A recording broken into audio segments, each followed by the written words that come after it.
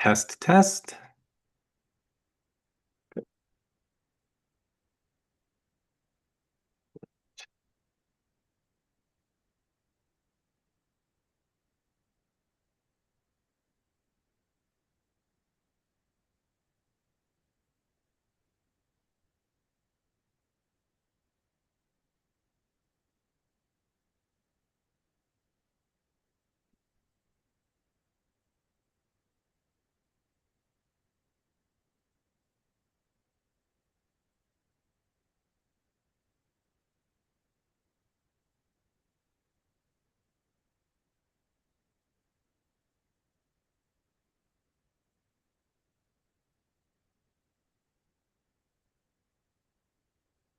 Okay, good morning, everybody. See, we've got most people connected here. Thanks for joining us on a Thursday morning. Just get started at 10 o'clock once we have everyone connected. I appreciate those of you who have joined us a little early so we can get this organized. Good morning, Your Honor. Thank you. Morning, thank you.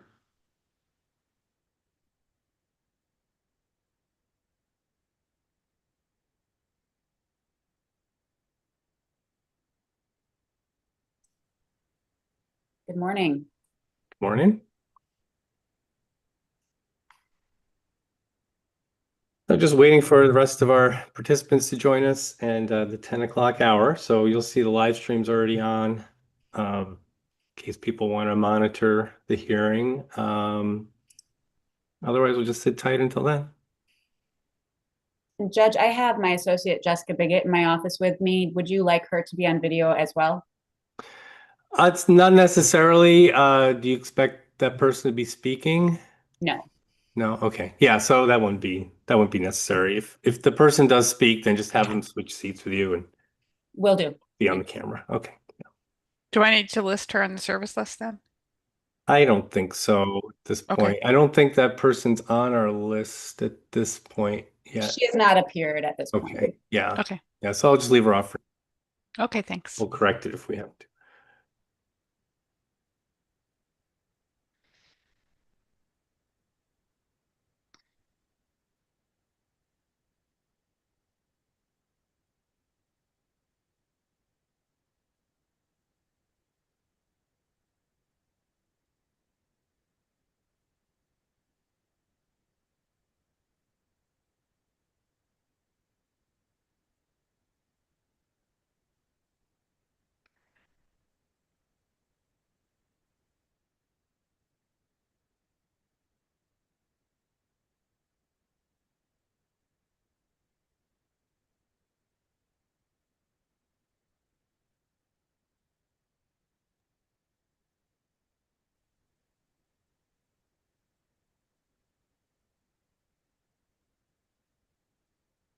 Just checking people in. Can someone tell me who Sarah Olson is with? I know I recognize the name, but I don't remember. She filed a notice of appearance this morning, Your Honor, on behalf of Wisconsin Policy Monitor. Oh, okay. Yeah, that's right. Yes, okay, good. I thought you were going to say request to intervene. I was like, no, please, no. Okay, great. Yeah, I do recognize her name from other cases, but surprised she wasn't listed before. Okay. And Ryan Hunt, is that from 435, I think, right? I think that's right. Yeah. We don't actually have them listed there.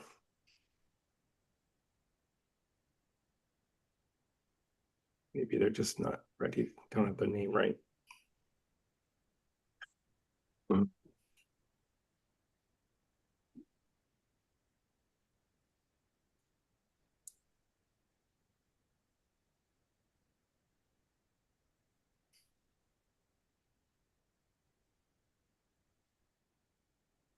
also have Herd Farm joining us, but I'll ask them who they're with. Good morning. This is Mike Newmark, the ALJ. We just connected Herd Farm to the hearing. I just was curious if I could get the name of the person appearing. Yes, Richard Jenkins. Okay, great. Thanks.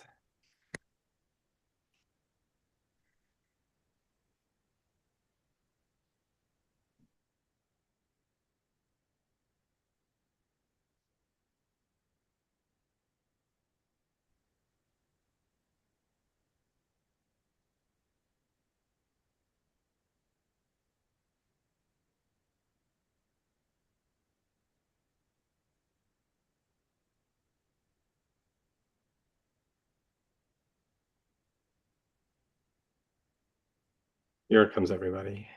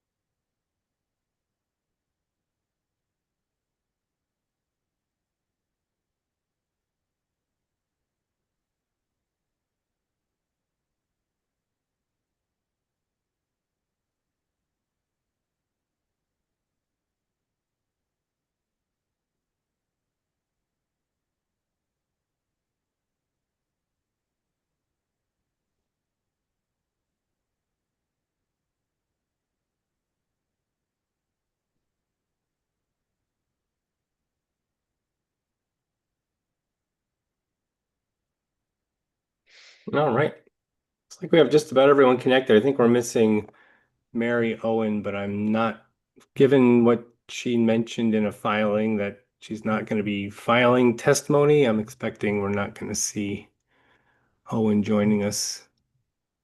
But well, I'll let her in if she does. So just keep an eye on the participant list. Otherwise, I think we got all the parties present. So just want to reiterate, thank everyone for joining us. It was fairly short notice for this hearing, but I wanted to resolve some of these motions before we move forward with the case, considering surrebuttals due pretty soon. So let's get on the record. Welcome everyone. This is docket 9827 CE100, the Badger Hollow Wind Project CPCN, and my name is Michael Newmark, the Administrative Law Judge for the PSC. We're here for a request hearing and status conference. So before we get started, let's get appearances on the record. We'll start with the applicant. Good morning, Your Honor. Jess Polakowski, appearing on behalf of Badger Hollow Wind Farm LLC. Also present is Griffin Herner on behalf of Badger Hollow Wind Farm LLC. All right, thanks. Clean Wisconsin. Good morning, Your Honor. Katie Nicola, appearing for Clean Wisconsin. Okay, Grice. Oh, you're muted. Hang on. Can unmute you. Okay, now you should be good. Go ahead. Linda Grice. All right. The Jenkins.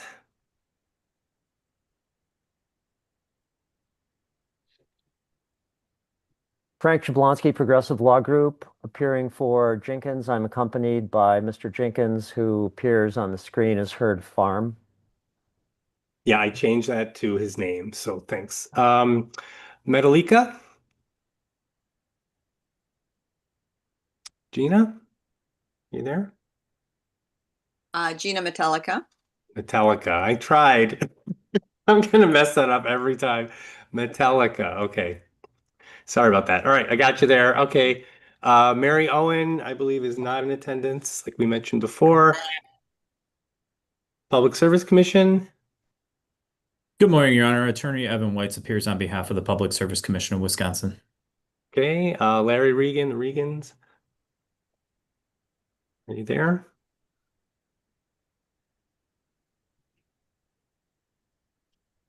Don't see you yet.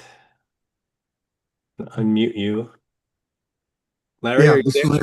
This is Larry Reagan. Okay, I'm great. trying to figure out why the video's not working. You're okay. Just keep trying. If it doesn't work, then that's fine. But we want to get that fixed. Well, we'll be in person at the hearing, so you probably won't have to deal with that. But just try if you can to get it working. Renew Wisconsin. Good morning, Your Honor. Rory Walsvik, Michael Beston Friedrich on behalf of Renew, and then also with me is Sharif Alawish, in-house counsel at Renew. Okay, yes. And I see, believe Andrew Kell is also on the phone. I'm sorry. What did you say? Andrew Kell is also on the Thank phone. you. yeah, I think Attorney Hallowish is not on the service list. So if I've missed that on the notice of on your request to intervene, let me know. Otherwise, can you just file a notice of appearance, Sharif? That would be, and then I'll add you to the list. Okay, how about George Schwartzman? Are you there? Yes, Your Honor. Intervener George Sportsman, present. All right.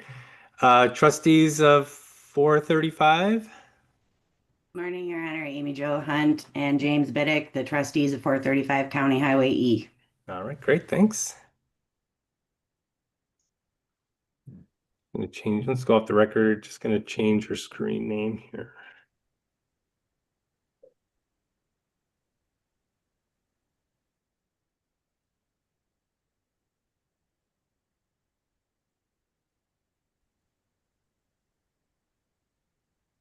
Biddick, how do I spell that? Oh, I got it here. Sorry.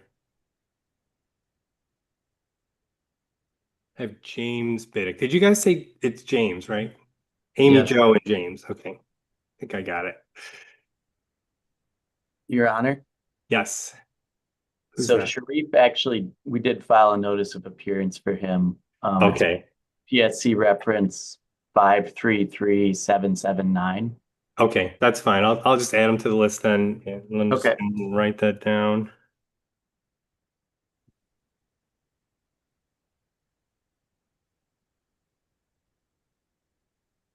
All right. It's on a napkin, so no guarantees. All right, so we have Back on the record. yes, let's get back on the record. Oh, that was good. That was off the record. Okay. 435 we took care of. So how about Wisconsin Policy Monitor? Good morning, Your Honor. Attorney Sarah Olson for Wisconsin Policy Monitor, LLC. Great, thanks.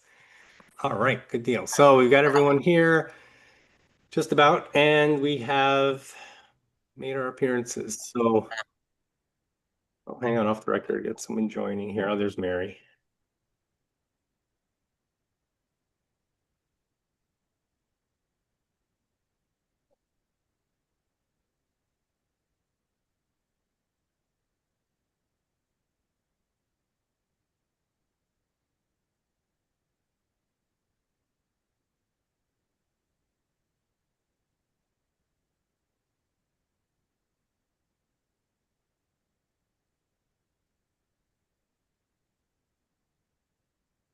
Hi there, I just let in Mary onto the the public PSC hearing. Is this Mary Owen? She's muted. Yeah, I see that. Hi, Mary, are you there? Yes, it's me. Okay, great. So let's just get on the record. So let me just call, just check for appearances. Mary Owen, are you connected? Yes, I believe so. Okay, great. Yeah, I see you there. If you are going to talk during the hearing, you'll need to put your camera on.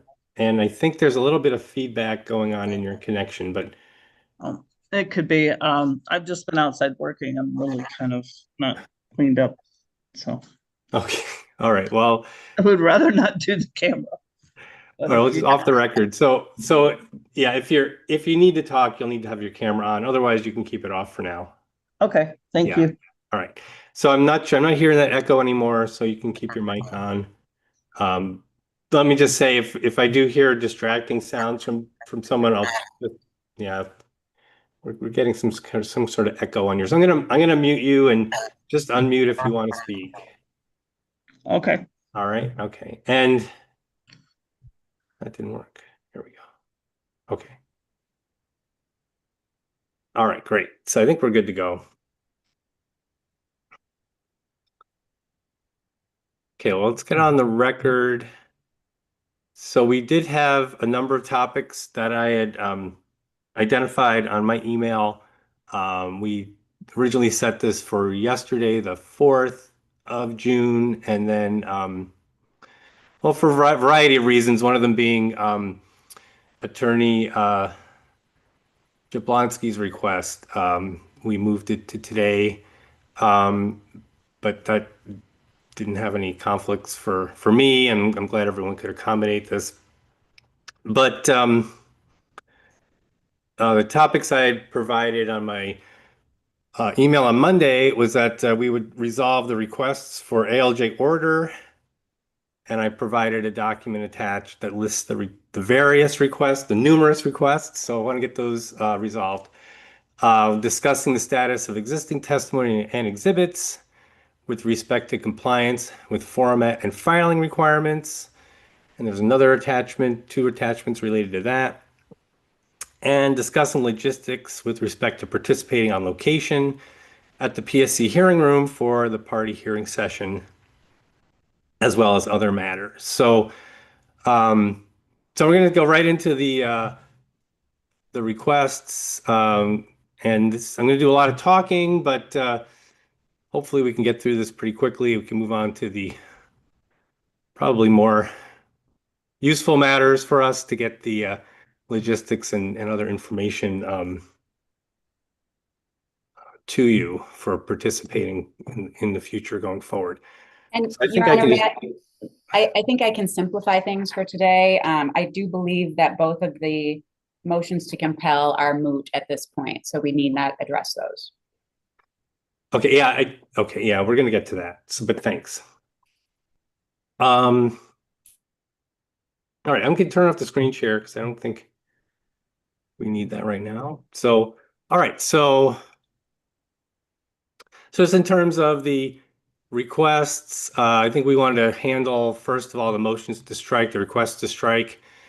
I know we're very accustomed to calling these motions, but in the facilitating matters order, we're actually labeling them as requests, but that doesn't change the substance of it. But I'm going to refer to them as requests. So, so I've reviewed the Badger Hollow Winds, all their requests to strike, the offered evidence of interveners, and all the authorized and timely filed responses and replies. I'm just going to refer to the parties in there with the acronyms I've given them, just for purposes of clarity and for sake of time. But so RJP did request an oral argument on the request. However, after reviewing the documents, I don't see a need for oral argument, as immediately will become apparent. Based on that review of the filings, I'm going to deny the BHW requests to strike in their entirety. And when it comes to the legal standards, let me address that. So, so the main statute that we've been citing to and that we need to understand in this on these requests is Wisconsin statute section 227.45 sub 1. I'm just going to read into the record here, but an agency or hearing examiner shall not be bound by common law or statutory rules of evidence. The agency or hearing examiner shall admit all testimony having reasonable probative value, but shall exclude immaterial, irrelevant, or unduly repetitious testimony. And then the statute goes on to say, basic principles of relevancy, materiality, and probative force shall govern the proof of all questions of fact. And then at the end, objections to evidentiary offers may be made and shall be noted in the record. That's just extracting a little bit of that, deleting a little bit of that sentence that doesn't apply here. But so this statute establishes the balance upon which an agency must weigh the receipt of evidence. I recognize the probative value of the evidence in dispute because it informs the issue of individual hardship and orderly land use planning from non-participating landowners. willing to participate in the contested case process. On balance, it's better that the record reflects the sincere concerns and firmly held beliefs of a non-participating landowner who are parties about their perceived impacts of the proposed project and the documentation upon which they form those beliefs, when presented in a respectful and orderly fashion, rather than excluding it from the record. The record benefits from the applicant's response to that evidence, and any objection it raises with respect to that evidence can be noted for the record. So I think what I'm trying to get at here is I think we've adequately balanced those concerns. I can go on and just address some of the other, and by doing so, by adequately addressing those concerns, by letting in the evidence and also hearing the objections raised and noting them for the record. So I'm going to address some of the other points that were in the requests, so the legal arguments now as well. So BHW raised an issue. They quoted an order. The order on motions to strike offered evidence of Ellen and Robert Hudavarnik. I don't think. Okay, and that's docket 9805 CE 100. The quote was, "The protections of due process allow a party to test the reasonable probative value and relevance of offered evidence by scrutinizing it for, among other things, list them: 1, relevance; 2, proper foundation; 3, speculation; 4, reliance on the statements of a person not present; and 4 again, sorry, my fault, the level of expertise of the sponsoring witness." I just added that other "of" in there. So this is an order that I issued relating to striking the evidence in that case from the parties, the Hudavarnik parties. And just go off the record. I don't know. I'm going to spell that for you, Debbie. Thank you. It's HUDOVERINKS. Thank you. Okay. Let's say back on the record. So this statement in the order, this ruling is valid, but needs to be carefully implemented so as not to impose in all circumstances common law or statutory rules of evidence in contradiction with the statutory authority granted by the first sentence of Wisconsin Statute 227.45 sub 1. An agency or hearing examiner shall not be bound by common law or statutory rules of evidence. So where I believe with respect to the nature of particular offered evidence, due process does not require the application of statutory rules of evidence, I need not impose them. The evidence offered by the Hudavarniks contained vitriolic and untestable personal attacks on the participants and their witnesses. The purpose of the cited ruling was to prevent the receipt of untestable evidence from entering the record. Intervener's evidence fails to succumb to the personal attacks and unrebuttable speculation of the Hudavarniks' offered evidence. The evidence offered by most interveners is the sincere and rationally articulated expression of concerns that interveners hold about the project. BHW on rebuttal proved that the interveners' offered evidence can be vetted with reasonable effort. Moreover, these filings contained published articles of an expert and technical nature. Oh, I'm sorry. This is another argument of the BHW I wanted to address. So trying to balance between reading what I've written and trying to get in those connecting sentences that I didn't put in my notes. So the BHW also argued, citing an order that I had issued in docket 9697 CE 100. It was called Notice of Unacceptable Filings. And the quote is, "Moreover, these filings contain published articles of an expert and technical nature. The witnesses sponsoring these articles appear to have no connection to the creation of these articles and appear to lack the competency and comment on or answer questions regarding the process undertaken to produce the articles or the substance of the findings and conclusions contained therein. Finally, these extremely voluminous exhibits have virtually no tie to the sponsoring witness's testimony, except for brief citations to offer the documents for the record. Such presentation lacks probative value and is prohibited. In that order, I also stated, documentary evidence must support the sponsoring witness's testimony in a meaningful way. So applying the entire ruling to the instant case, I find that the probative value in the intervener's offer, I find that there is probative value in the intervener's offered evidence because it provides the commission with insight to the opinions of persons with substantial interest in the outcome of the proceeding. Furthermore, my decision here is informed by the decision of the commission that was issued later to receive a document that I, on first blush, had perceived as irrelevant. And that's the order in application for a certificate of public convenience and necessity of Ursus Solar. I'm not going to read the whole docket title. Docket 9818C100. So based on looking at all of that, I'm deciding to allow the documents to enter the record.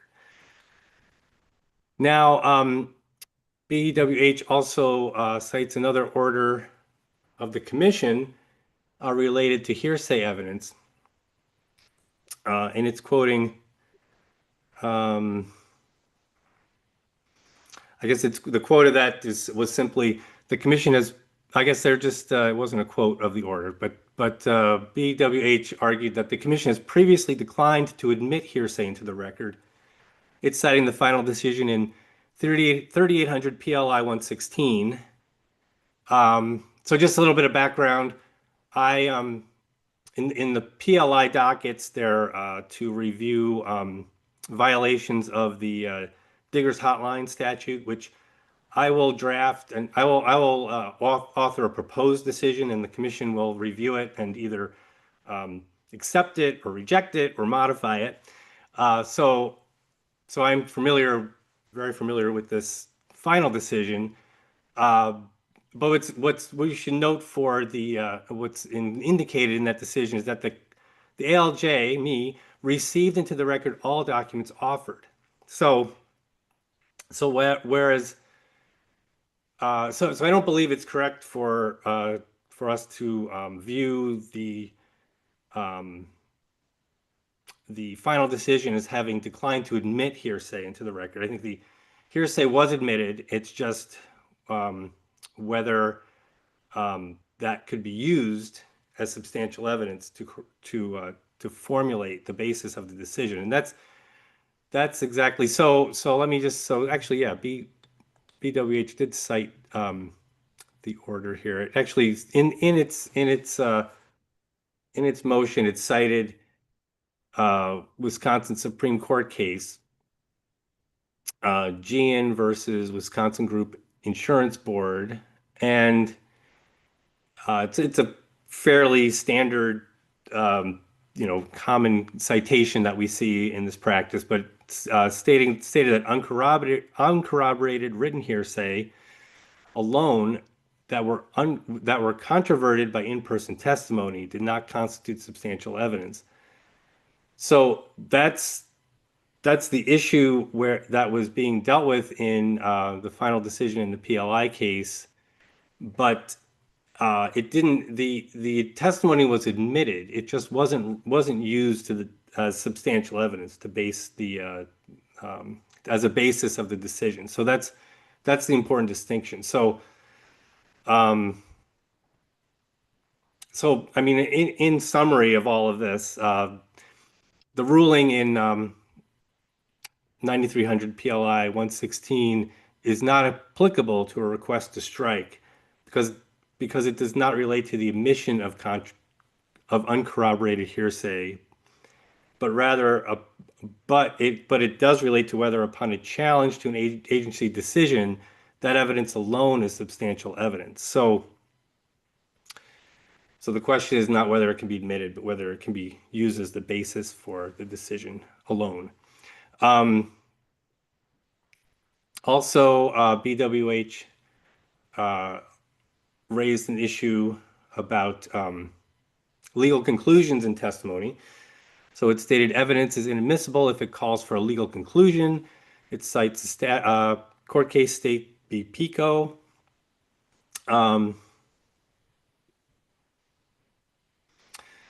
I wanted to respond to that by stating that many of the intervener statements that BHW cites in this regard are mixed with both factual and legal assertions, and legal arguments.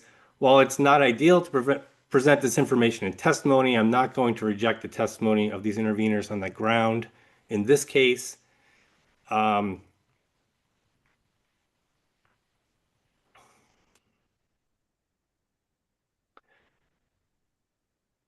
the fact that BWH doesn't respond to those legal assertions in testimony provides no consent to those assertions. So I think it's an important point to note that in the pre-hearing conference memo, it's section BA6, that if a witness does not refute testimony of another party, doesn't mean it's consented to it.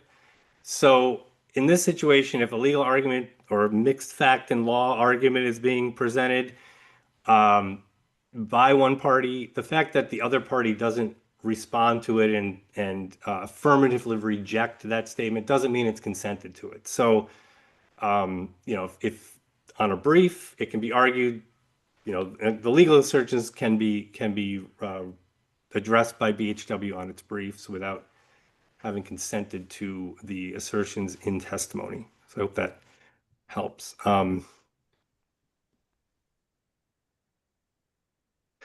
BHW also claims that allowing the intervener testimony and exhibits to be admitted in the record would precipitate the need for substantial cross-examination, would muddy the record, and risks needlessly extending the hearing in this matter.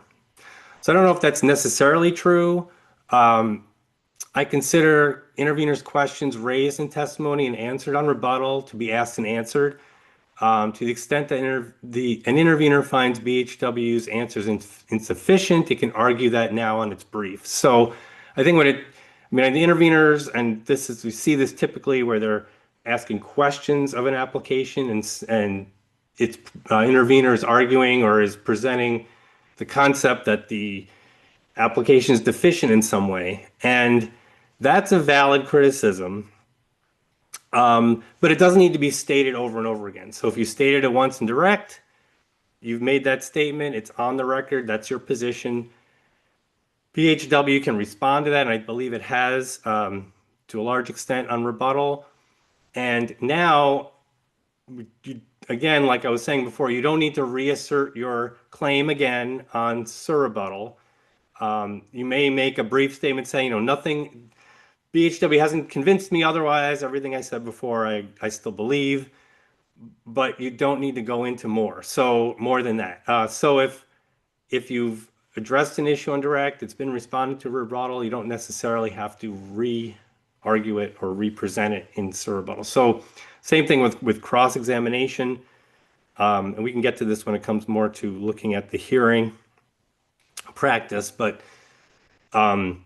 if questions have been asked and answered on direct in the written filings, the cross-examination is fairly limited in scope, so we don't need to re-litigate things that's already been addressed in testimony, in the filed testimony. So we're going to look for making the hearing efficient and not necessarily having people, restate or address things that have already been covered. So we'll need to be cognizant of that at the hearing, and hopefully the concept that we have allowed parties to present their main case, their case in chief and direct, and they've been able to respond in rebuttal, will actually help the process move forward quickly. And in terms of BHW's cross, I think I'm going to accept your objections on the record. They'll be noted on the record.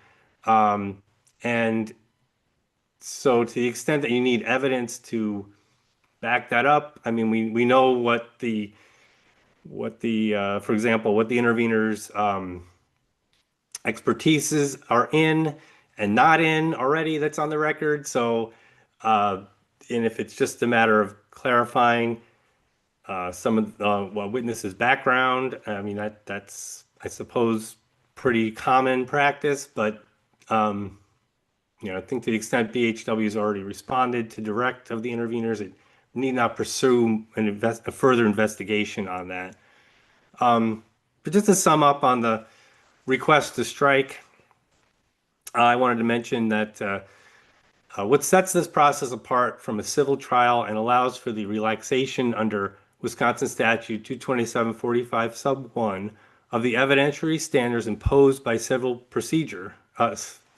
Sorry, I didn't get that right. It's supposed to be a question. I'm reading too quickly. What sets this process apart from a civil trial and allows the relaxation under 22745 of the evidentiary standards imposed by civil procedure statutes? Okay. This proceeding is not decided by a jury of your peers. The commissioners are a set of individuals highly trained and experienced in utility regulatory matters. The commissioners may also avail themselves of the expertise of commission staff when reviewing the record. And staff has the ability to advise commissioners. Commissioners will use these resources to evaluate each witness's expertise and competence when determining the credibility of a witness and the weight to place on their evidence, along with objections to that evidence noted for the record. So I think, given the context we're in, given that interveners are presenting their firmly held beliefs in a reasonable and orderly fashion, and given that we have noted objections for the record, I think we have secured due process in this case and can proceed with the record as it's been laid before us at this point. So that's why I would reject, or I will be rejecting, the request to strike the entire direct of 3 parties and the request to strike portions of direct of the 4 parties involved. So I did have an issue, though, with Wisconsin Policy Monitor and the request to strike portions of direct. So the pre-hearing conference memo does set up the request process. It's section C of the facilitating matters order, and I can hide behind the screen share now. Just kidding. But let me get that document up before you. Oh, that's pretty constant. Let's go off the record for a second.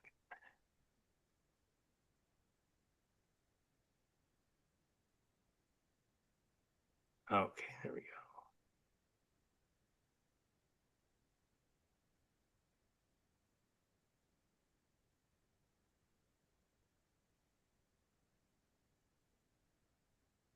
Okay, so this is the FMO ordered in this case. Are you on the record now? Yeah, let's get on the record. Thanks. Thanks for paying attention.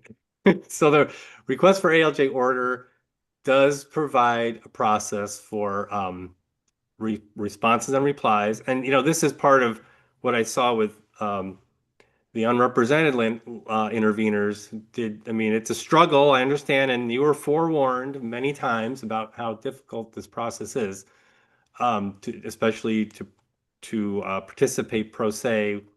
But Section C4 provides the timing of responses and replies, and the replies that were on the responses that were late were, there was asked for leave, and BWH acquiesced to those, and I appreciate that. Everyone understands the situation we're facing here, so that was useful. There's also a provision number 7 in this section that states any request to which a response is authorized but not received shall take effect immediately after the response deadline. And there's an opportunity that I can reconsider that, but that's passed as well. So the orderly process that we have is that if there is an opportunity to respond or reply, failing to do so is going to grant the request, essentially. So with Wisconsin Policy Monitor, their their direct I think it was Amy. No, this is not actually the document, but I didn't put that in there. Okay, it's who was the policy monitor witness?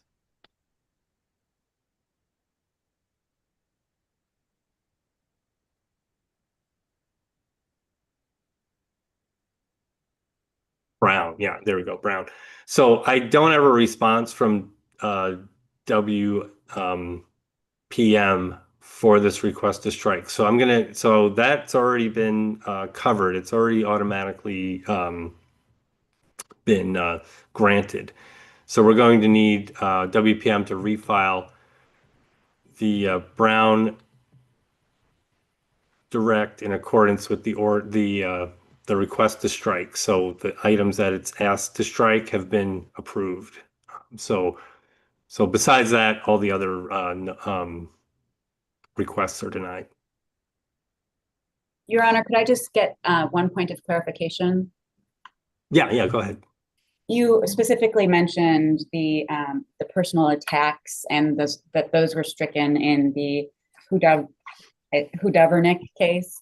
Yes. There are a number of personal attacks, both directed at myself and my client, as well as at the commission, contained in testimony. I would just ask that those portions that contain the direct attacks, and I'd be happy to provide a separate filing with limited to only those portions of testimony. I would just ask that those be stricken. Okay. What I can do is file that, and we're going to discuss formatting and filing of these documents, but file your request, and I'll review that. And yeah, so personal attacks I'm not going to allow in testimony. Now I've seen them in motion and in requests and responses and replies. I didn't know if I picked them out in testimony, but if you can get me a list to serve a list and file it, that would be useful. So yeah, that I can look at that. That's fine. Thanks for bringing that up. And can we have until the end of the day tomorrow to get that to you? Oh yeah, sure. That's plenty of time. Okay. I mean, you could take more time, but that would be great. I'll expect it then if that's good for you. Thank you, Your Honor. Okay. Your Honor, could I please say something on behalf of WPM? Sure, go ahead. Thank you. I just wanted to ask that when Jenkins filed their response, which was timely to the BHW motion, they did point out that the problems with BHW's approach applied to all of the different parties, and so I would request that that be counted as a response for WPM, even though Jenkins' firm was not representing WPM, but it did point out that BHW was using the wrong approach, and that was in accordance with what Your Honor had pointed out was the rationale for denying the motion at the beginning of this hearing. So you mean the legal arguments in terms of the approach? Is that? Yes. Right. That the brief for Jenkins had asked that the approach be taken into account for. I'm sorry, Ms. Olson. I didn't hear the beginning of what you just said.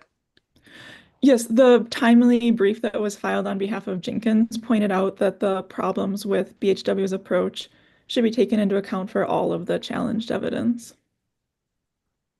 Yeah, any response from the applicant? Yes, thank you, Your Honor.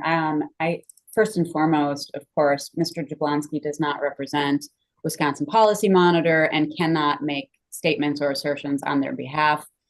Wisconsin Policy Monitor, I would note, is represented by counsel, and there's no reason to disregard the order facilitating matters in this regard, Your Honor. Yeah, I'm gonna have to stick to the process as we've established in terms of timing of filings, and if we can't rely on this timing, this section C7 of the FMO, it really it throws a wrench into the entire process. I don't believe I can view the Jenkins RJP response to apply to to WPM because I mean that's just I mean that's not a statement on behalf of RJP. This is a difficult decision, but I don't think I can grant that request because it just have to stick to these deadlines.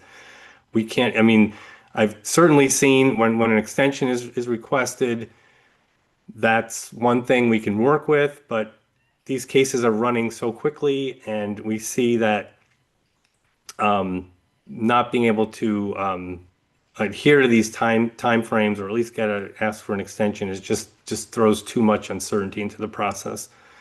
I mean, the witnesses, I don't know, I think there's maybe a few sentences that remain, and the witness is still, there's just still a party in the case. So in terms of presenting surrebuttal now, there's an opportunity for that. It just needs to respond to rebuttal, and certainly participating at the party hearing session is available, and briefing as well. So those parts of the process are still available to Wisconsin Policy Monitor, but I need to enforce the request process. So okay, so in terms of the there's still several other motions or requests, so let's handle those too. And I believe you previewed this for us, Attorney Polankowski, but I did want to state for the record my view on these. So we do have a BHW's request to compel Jenkins and WPM's responses to the BHW first discovery request. My understanding is that the request to compel as it applies to RJP is been withdrawn, so we don't need to decide that. And the same thing holds. So what holds for WPM is a failure again to respond according to C7 of the FMO. And that kind of leaves me with a question as to what exactly we do about that, because I could order that they respond, but I can't make them do that necessarily. So did you have something to add in clarification of that, Attorney Polankowski? I'm sorry, I was muted. I have nothing to add, Your Honor. Okay, I thought you said it was something. Oh, you're speaking to RJP. Okay, so yeah, so I think in terms of responding to and WPM's response, I mean, we can set it due in what's the date today? Set it due by Tuesday at 1:30 p.m. So that's the 10th of June. So it's been, the request is granted because it wasn't responded to. I think the requested deadline for that is passed long ago, but let's use Tuesday, June 10th at 1:30 p.m. is the new deadline for that response. I'm sorry, not the response, for responding to the discovery request. And we have the RJP request permission to offer Exhibit Jenkins Punch 9. And again, that was not replied to by RJP. So we had a request by RJP, a response from BHW, but no reply. So that request is granted. So that exhibit is stricken, as well as references to it in the direct. Your Honor, could I say something? Well, you missed your chance to reply. So I don't. Well, I can hear it, but I've made my decision. I don't know what else to do about that. So say as an offer of proof. No, it's not an offer of proof. The document, the same document was offered by Jenkins and is not stricken there. So in what form is it offered? It was an exhibit.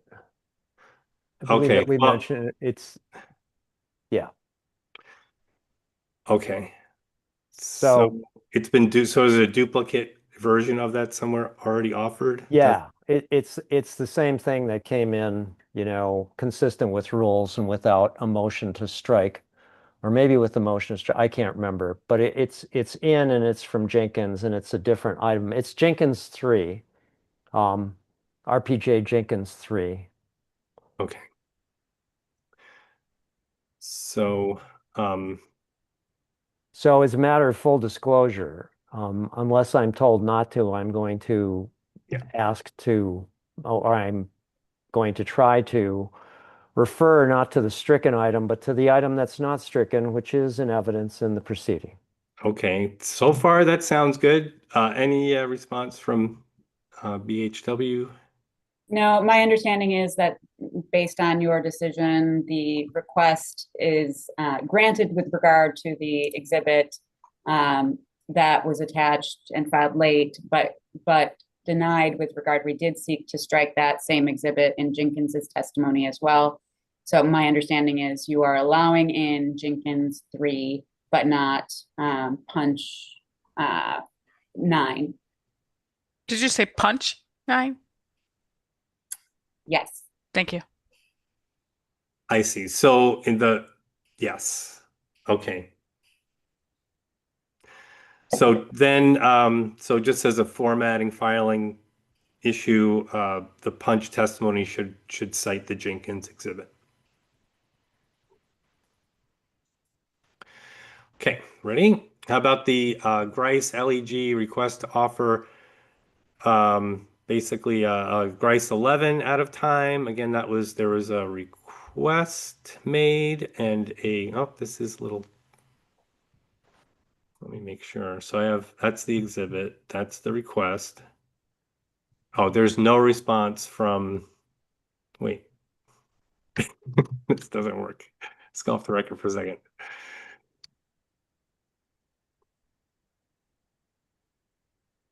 Okay, so we have a response, but we have no reply. Okay, there we go.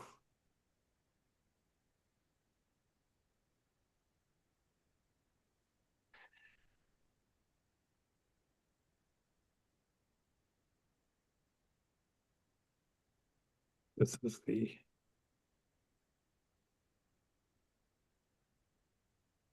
Okay.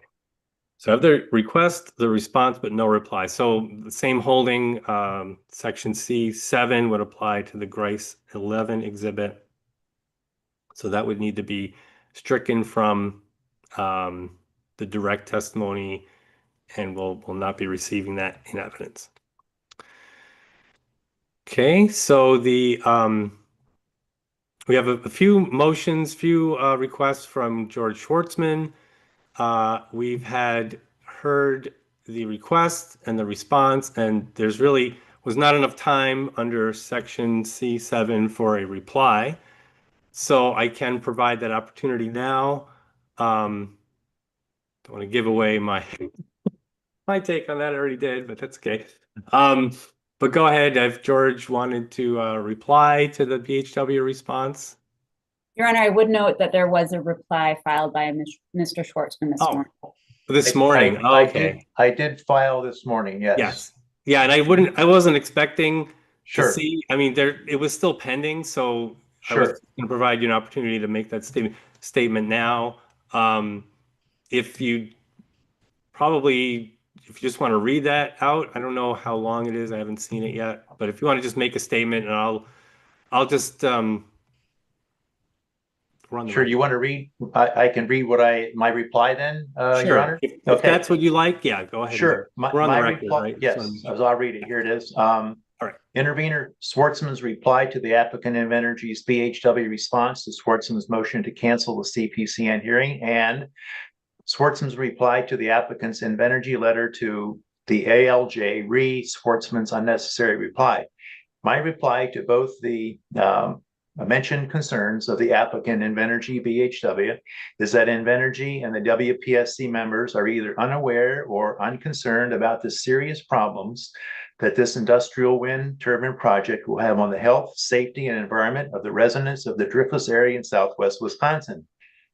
Both the applicant and the WPSC have essentially no experience with and knowledge about the problems and concerns with the installation of 650-foot Vestas 601S industrial wind turbines.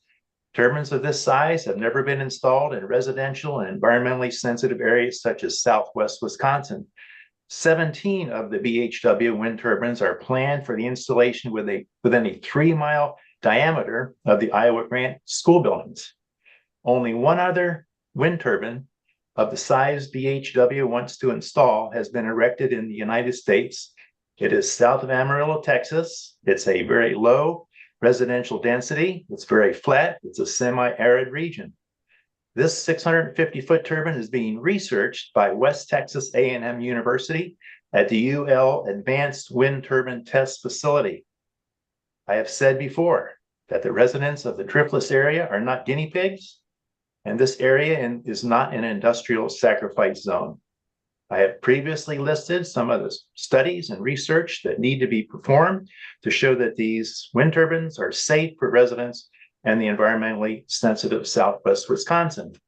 To finish up here, we interveners and contributors live and work in the Southwest Wisconsin area and know about the serious problems that have been identified in the submissions to Docket 927C100. As I have said before, the applicants and the WPSC members do not live and work in the area. They are not aware of the problems that we know about. They are concerned only with making a few subsidies and tax credit dollars and fulfilling some amorphous goal of a carbon-free society. Comments that support BHW come from people who do not live in the Driftless area and are oblivious to the wind turbine concerns that we residents have expressed. I support my stand on my requests. I support and stand by my requests in both motions and reject the applicant's distorted thinking. I request that the applicant's comments in the documents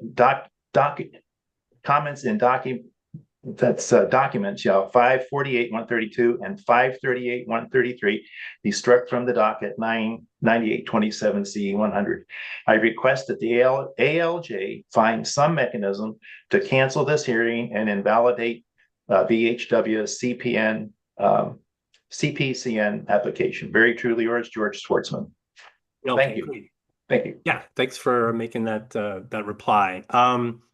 So that sound, I mean, those statements are very similar to the request. So I think I did have drafted some response. I wasn't know what I was going to expect here today, but I don't think it changes my perception of the situation.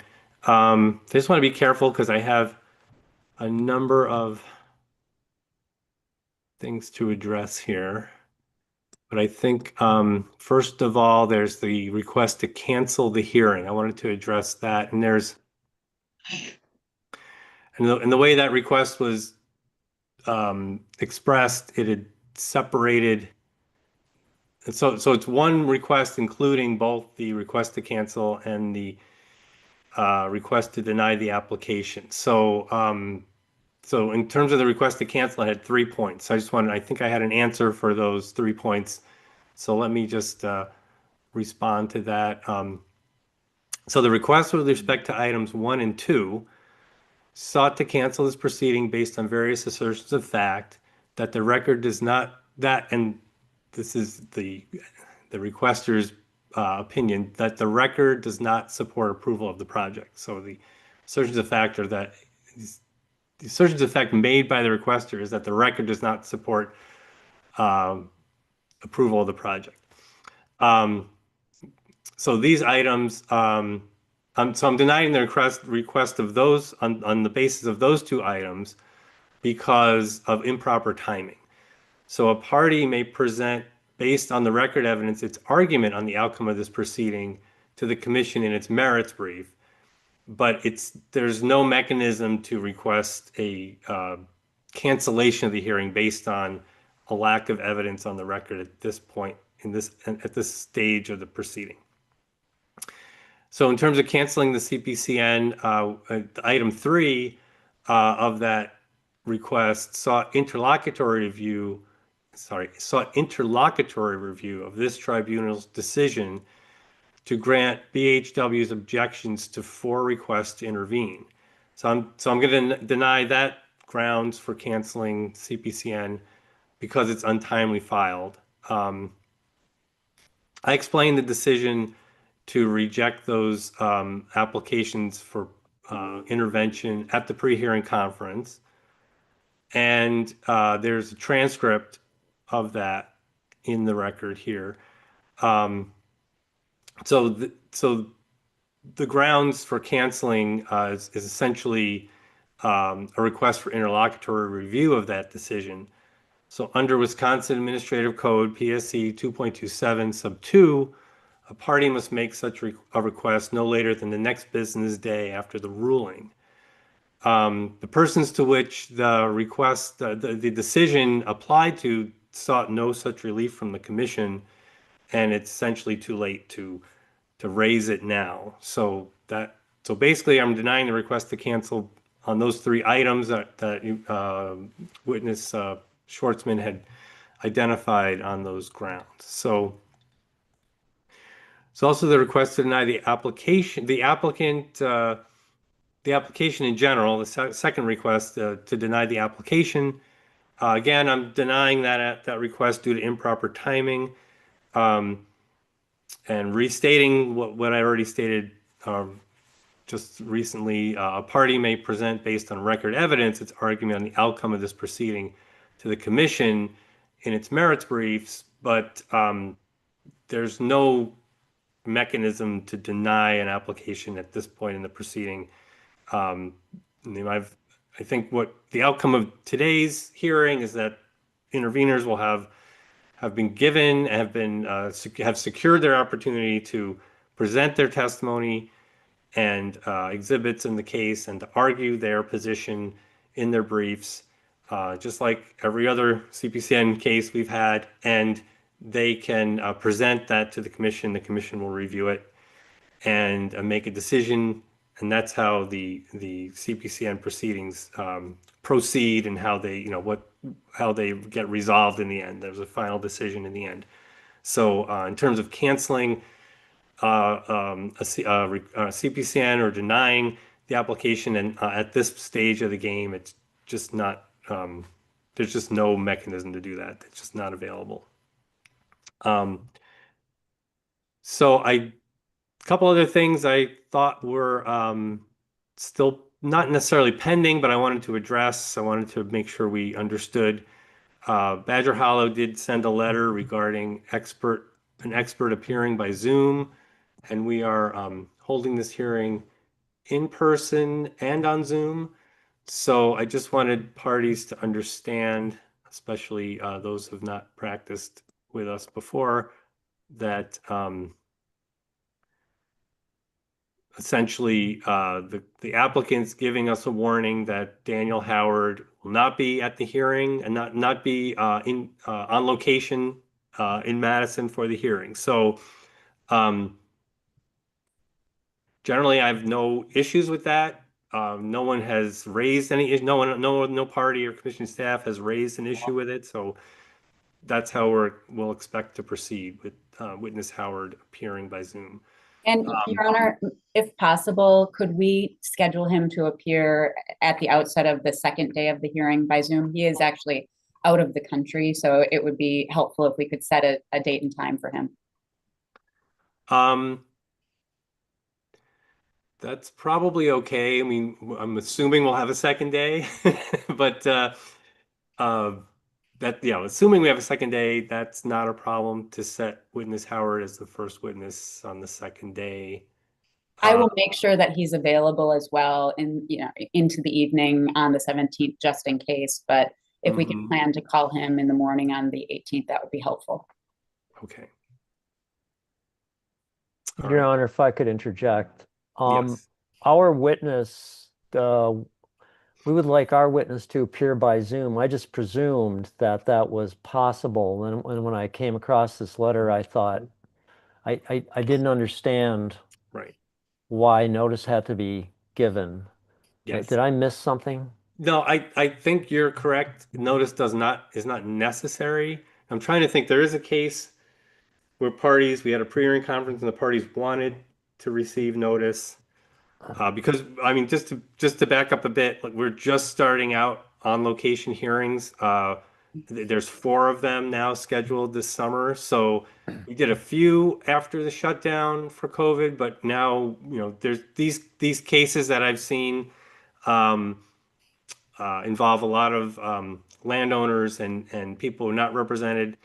So if, as you can see in this case, it's useful to do those on location. But so there was one case where parties requested there be sort of a notice at least, but to the best of my knowledge, it's not in this case. So notice isn't required, but what I'd say is I think how it's worded, didn't go off the record for this while I fumble this up. I think it says, oh, maybe this is actually not.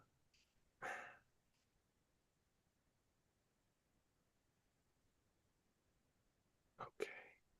So there's some language in the FMO that relates to this form of witness appearance, but I don't think it's right on point. And Your Honor, we would have no objection to Mr. Jenkins appearing remotely. Yeah, it would be Mr. Punch. Okay, yeah. So let's go back on the record. So there was just questions raised about whether notice of a witness appearing on Zoom is required in advance. And in this case, I do not believe that's a requirement. There is a section in the FMO that deals with something. It's E1 hearing preparation. And it's actually a little bit different. It's if you're going to, if the hearing was supposed to only take place at a physical location, there needs to be a request to appear by Zoom or telephone. And if a hearing is going to take place like this one, physical location and Zoom, you need to request for the witness to appear by telephone. But so that does not apply here. I think what's useful is to give people notice so that there's no surprises, there's no potential confusion about what's being expected here. So to the extent, as courtesy in this case, I think it's just a good practice to let people know that you're not going to be appearing. Witness will not appear at the location and will be connected by Zoom. But we've made the Zoom connection available in this case, so it is a valid method of connecting a witness. So it looks like we do already have some notice here and some acquiescence to that on behalf of both parties involved. So I'm probably not going to see an issue with that, but it's something that people should just keep in mind as a courtesy to let people know how they plan to get their witnesses in. So it's a little tricky because the way this is all framed up, it's for parties that are represented by counsel. Counsel attorneys need to be in the room when there's a hearing. Well, I don't know if that's actually required here anymore. Maybe we'll leave it. Maybe I won't make any statements that might confuse people, but I'm expecting everyone to be in the room. I mean, I think if you have any reason you can't be in the room, let us know. But the general expectation is that people should be on location with us. But it's not a requirement. And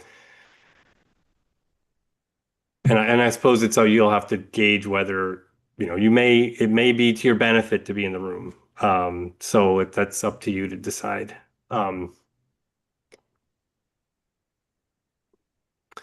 So anything else on that notice from BHW?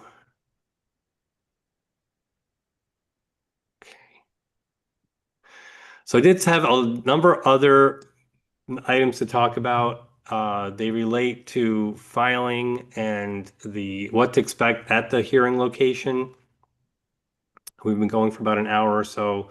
So I propose to take about a 10-minute break and we can get back into what to expect in the hearing on location and maybe correct or reiterate some of the filing requirements so we can clear up some of those before we hit the ground at the hearing. So we get back at 11:15 for that.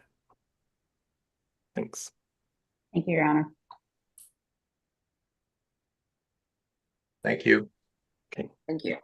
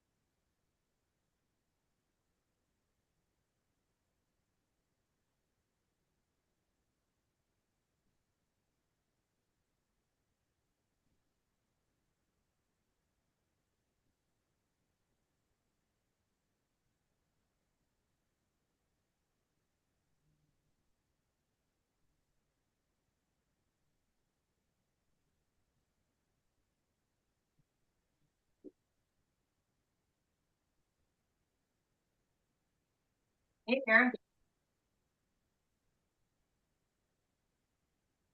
No, it's a hedge. So this, okay, so I don't know how to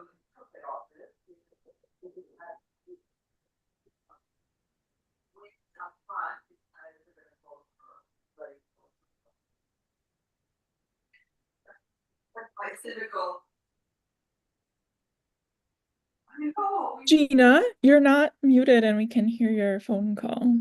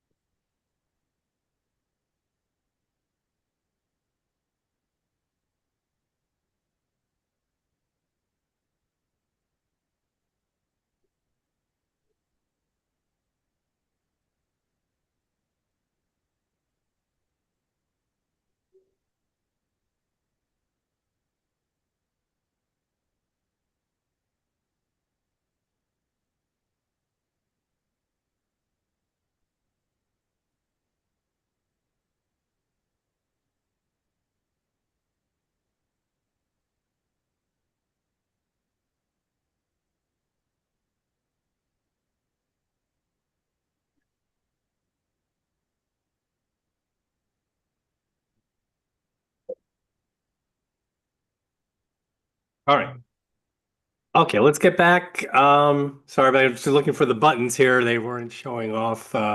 Usually they're pretty much at the top of the screen, but they weren't. So a little delay there. I should have mentioned not to disconnect, just to turn off your screens, but it looks like we have everyone back on Zoom. So yeah, just wanted to review some of the formatting issues and see if I can get some clarifications from clarify any questions about that. The real things that stick out for which cause refilings are line numbers on the pages, the page number, the exhibit number, and citations to those things. So that's where the most issues are, and that's where I'm looking the most. So I'm going to give you a heads up. The other thing is how you describe the document when you file it on Earth, and that's a different thing than what we're talking about in terms of formatting the document. So I guess one thing I was just wondering, I did send the templates out to the parties that you could use to fill in as a format, fill in your testimony into those templates, and should get you pretty close to how it's supposed to be filed. So I didn't see that really being very helpful because things still came back that didn't seem to catch the things that are in the template correctly. So if anyone has any insight about that, whether there's a problem with the template or just didn't, okay, doesn't sound like it. Okay. So Your Honor, I don't think there's a problem with the template. I just think that there's a lot of rules and people get lost, even attorneys. yeah, I appreciate that. That's why I'm trying to help, but I keep trying to no avail. So I think for all these details, we can go off the record. And it may be useful. It's an unofficial version of the hearing is on the YouTube recording, but this may be useful to review if you have any questions about these things. So this is the document that I had sent out. Sent it about, and okay.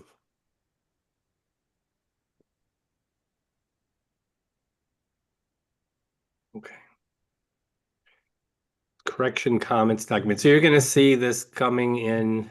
Well, you may not see this again. So let's just look at the testimony itself.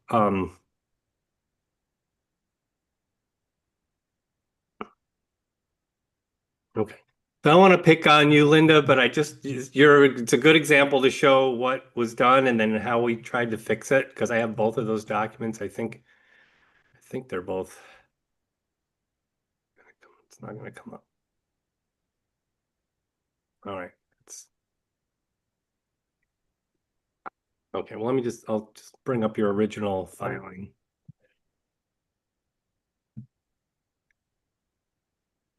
So actually, you did use the template here. I saw that, but we okay. So you did have so line numbers is what I'm talking about here. Line numbers down the page, so we can cite. We can refer to this. We can place ourselves on the page easier, especially at the hearing if we have these line numbers. And okay, but they're supposed to start at 1 on each page. So the template that I have given out does set it up that way. So your first page is going to start with line number 1. The page number, actually, this went pretty well, except it was on the wrong. So this is page 2. So that was okay. You just don't really need those brackets around your name. So the idea of having the brackets is just to replace that entire area with your designated information. So LEG Grice, page 2. And then yeah, and this you'll see on the new version that this was slightly corrected. It's just EX, X is lowercase, it has a period at the end. That wasn't a big deal. And then when you're citing to those documents in your testimony, you just use the same name for that testimony. I don't think we actually added that in later. So those are the real important points about testimony filing, the things you want to put in. I want to show you the document that I created.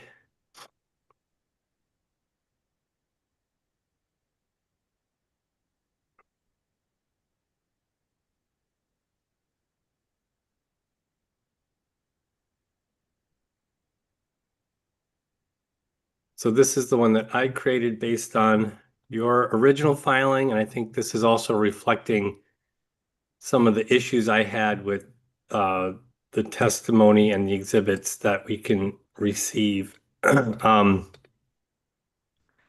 So again, so you see that the page number is looks slightly different than what you have, and I think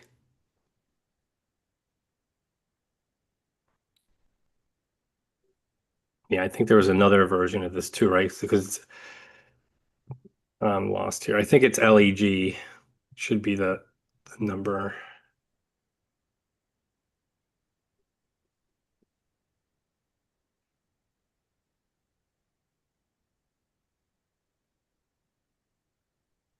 Yeah. So in the pre-hearing conference memo, I put in these acronyms. That's what you're supposed to use in testimony to identify the party. So it should be LEG. So you were right the first time. Apologize. But in terms of all the parties, when you're designating your name on the page number, go back to this table. That's it. RJP goes between direct and the witness name, and GM between direct and the witness last name. So that's where you can refer to your designation for that. But besides that, this one is, the idea is it's starting at page 1. That's the big change there. Also, when it looks to citing your exhibits, we had added those in so that the exhibits had a connection to the testimony, which was a prior issue that I had raised. This is going to look different now that we struck Grice 11, but the idea is that that's the proper way to construct the exhibit mark. We call it the exhibit name. Yeah. I had a question, and it's about the exhibit 11, and I don't understand exactly what happened with that. Am I supposed to reply to the second time in that? Is that what I was supposed to do? Right. Yes. Yep. There's a reply period. You needed to reply on time to keep that document in. Okay, so no matter how many times the applicants would apply back, I need to always reply to them. Is that correct? No. So I guess that's a good question in terms of the process. And this is one of the reasons why I was encouraging people to seek out counsel, legal counsel, on the presumption that attorneys can navigate this process a little easier. But let's go back to this section C. So the request for ALJ order. So the party BHW filed this request related to no, actually you filed the request to take that exhibit late. So then according to this schedule, the response was filed on time, and then a reply is expected 2 days later.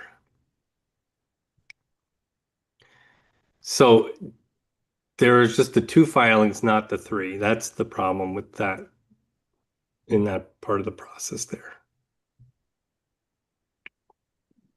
Okay. So there's not an endless amount of responses and replies. It's just the three, we're looking for those three filings, the request, the response, and the reply. Okay, I thought I did reply to that one. I'll have to go back and look. I don't know. Yeah, I couldn't find that.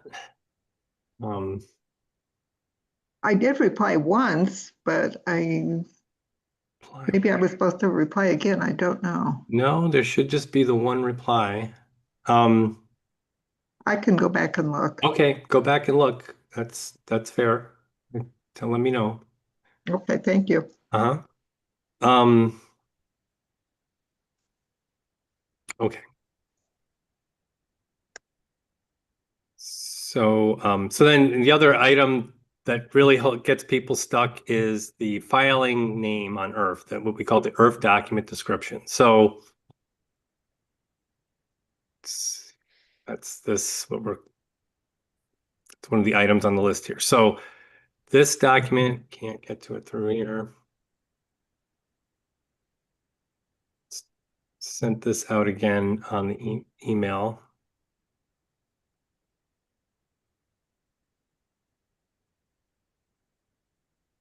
Okay, so this document, you guys received this before, but it reflects in the red lines here how the document was filed on IRF and then how it should have looked.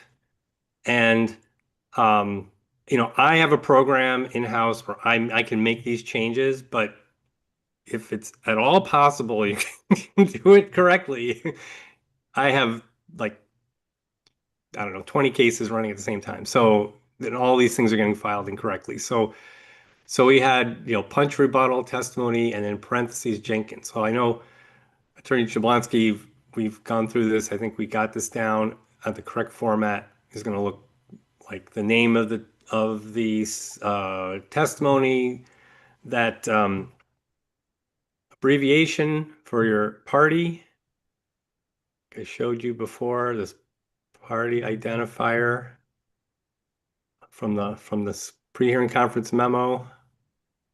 RJP went in there, and then the witness's last name. So that's all. And then the secret sauce in this is that that's the page number too.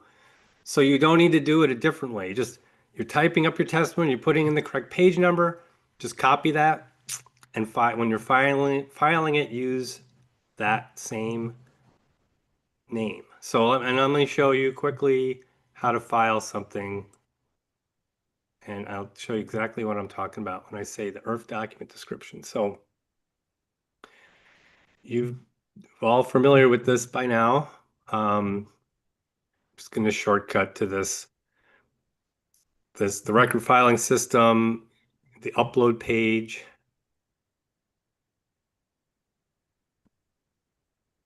It's a public document usually. So got to test that you have the right docket and it's open. Now I'm going to file a document. Can't get rid of this thing. I have to change my screen a little bit.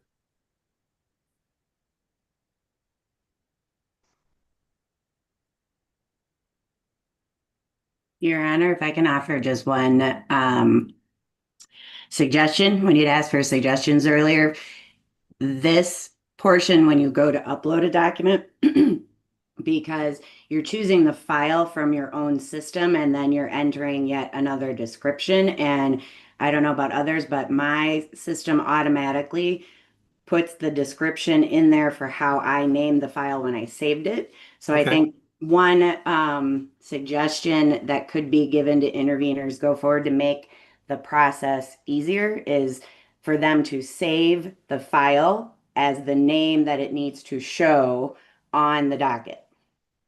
That's excellent advice. And yes, I agree. That's great advice. So now hopefully they could let you delete what's there. Like if you have something typed in, you could get rid of it and then put in the right one. But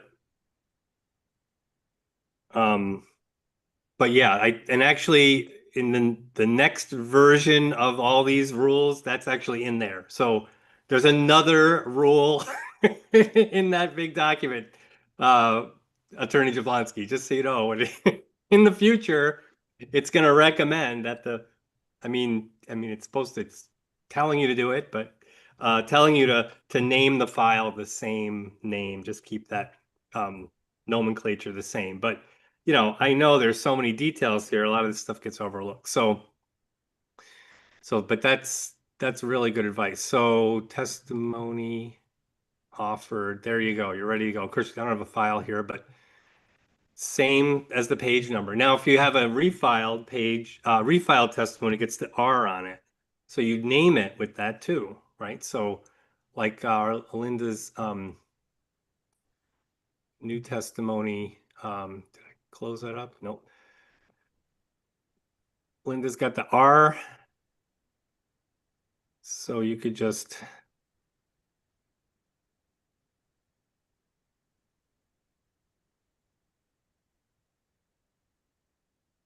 there you go. You're ready to go. It's all right. So, although I did that wrong. So, like, nothing's perfect. So, so yeah, at least, I mean, if at least you know about these things, maybe we can avoid the en masse, you know, mistakes that, and it's definitely understandable. And it's not like I'm not going to take your testimony because of these. We're going to work out and solve the problems, but it just takes a lot of time. So, you know, just knowing what to do in the beginning is good. So, when it comes, so any questions about just the filing aspects of this and those items that I talked about in terms of getting your filings corrected? You know, the main problems that we see.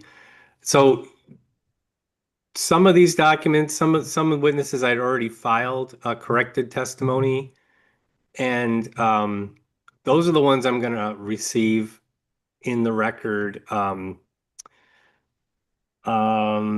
think there needs to be an adjustment to Grice 11 and Punch 9. I think but that you know, I don't think I filed a Punch version of the testimony. So in terms of Grice, we'll have to fix Exhibit 9. But I think in terms of the Regan testimony, I created a new version, and that's the one I plan to receive into the record. Thank you for, Your Honor, thank you for correcting all of mine. I had tried to find out how to do it correctly. I had called the PSC response line, had been referred to an attorney, and I wrote an email and I didn't get a response. So I didn't know how to file it when I was adding an exhibit to my rebuttal. I didn't know that you had to continue your numbering. Right. Yep, that'll be another thing we fix. Yeah, and so you'll see, I'm going to try to get out another version of this correction document to you before surrebuttal, with how it should, how things should look, how they should be filed. I don't know if I'm going to have time to reformat all the existing rebuttal into the correct format given the other things that I have going on. But the goal will be to get those in corrected form. And I'll just have to keep everyone informed about how we're going to do that. But And Your Honor, in terms of timing, is it still correct that you would not want these to be filed until after the hearing? So I haven't, typically yes, and I think if the problem with waiting with these filings is that if they don't have if they're not paginated correctly, then the citations and surrebuttal end up being wrong too. So I'm gonna have to look at it and see in terms of the rebuttal how far off it is from what's expected. But typically, refilings, and I think when it comes to Badger Hollow, there's nothing that far off the mark where you'd have to refile sooner than after the hearing. So we could use what we have at the hearing with the understanding that there's some corrections pending. But I need to review the intervener testimony to see if we can work with it work with the version we have during the hearing. So that kind of is up in the air. But yeah, that's a good point though. So I want people to know that there is a process that we typically use for correcting testimonies so as not to waste a lot of time when people are preparing for the case. So all these details and all this correction stuff, unless the documents just can't be used at the hearing because of the way they're formatted, you don't need to make the corrections till after the hearing.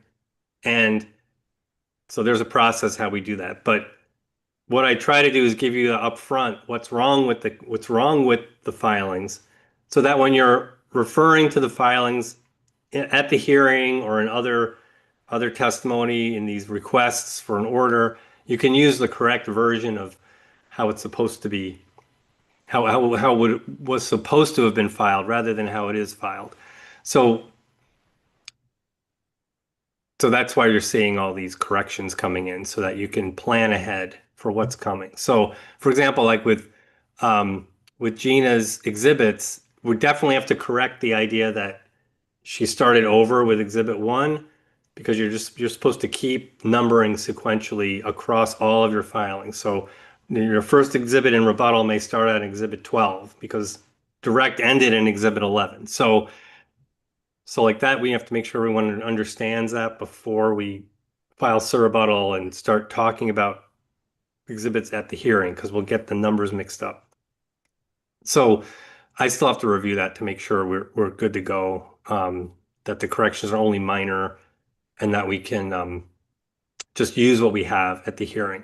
But normally you wouldn't have to refile till after the hearing. So, and what you would do is if you have corrections, so I'm going to send you a document before the hearing that identifies what the problems are.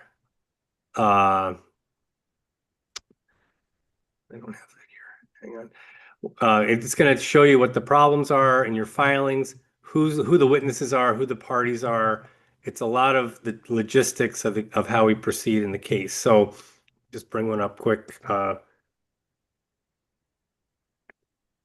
So you're going to see one of these and you're going to be like, well, at least you'll see one before, because you're like, what's going on here? So this is actually, let me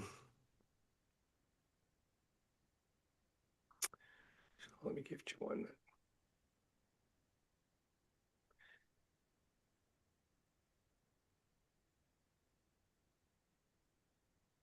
I had one open before, really did, but I'm going to have to find one now.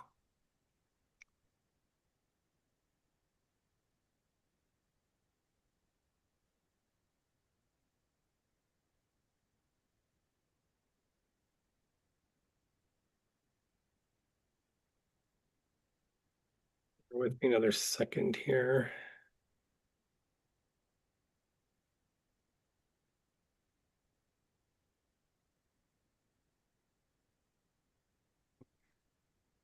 So this is the kind of document you're going to see, and this will come out probably the day before the hearing, or maybe the day before that. So it's gonna, we call it the offered evidence list,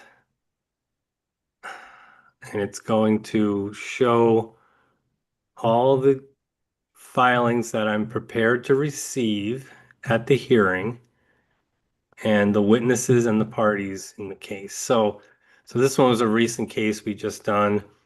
So applicants listed with its witnesses and each round of testimony and their exhibits. So we have to, that's how we're keeping the case organized. And then this is the interveners, same thing, and staff's got it as well. So, but what you're not seeing here, your version will be similar to this, but what I haven't shown you yet is that where the filings have misfilings on them, corrections, formatting problems, I'm going to be delineating that in as a comment to your filing. So I'm going to tell you, in this case, this guy cited the party wrong. You didn't use the party identifier when they were citing the intervener's testimony, when the applicant's citing the intervener testimony. So I'm telling you, you got to change the name. So each time there's a mistake like that, I'm just giving you the instructions on how to make these things correct and how to correct these things. So I'm even telling you, if you have an exhibit that's filed wrong, they use the wrong name. Now you have to file with the right name, and you put the R. It's revised. That's on the cover page. So that's all being explained to you. And after the last day of the hearing, you have 3 working days to file the corrected version. So if this hearing starts on the 17th, if we end on the 18th, so let me just say, so in this case, I have 3 days reserved. We don't have to do them all, but it's the 17th, 18th, and 19th. If the hearing ends on the 18th, then what is that, a Wednesday? Then we're looking for 3 working days when these filings are due. So Do the 23rd. there you go. No, the 20. Well, it's June. Yes, you're right. Got it. 23rd. Yes. So that's part of our order on the schedule. So let me show you what we're talking about there. This is our original pre-hearing conference memo. Proposed schedule. The ordered schedule is. These are called. This is the wrong.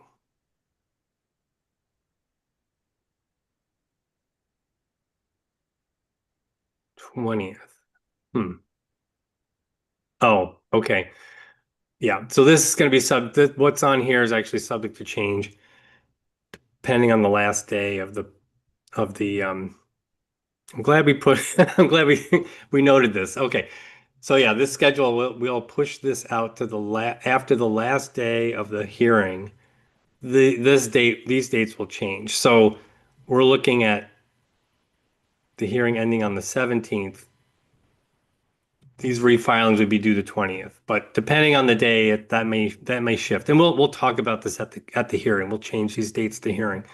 But this is what I'm talking about, the revised testimony, exhibits that were offered and received at the hearing, but weren't filed previously. And if the witness, so there's this process where if the witness appears at the hearing, but no one has questions, they don't necessarily need to take the stand and appear. They could just verify their documents by affidavit. Now, it's a little bit of a tricky process because you still need to be at the hearing or be available until I excuse you. So it's probably just best for you to show up.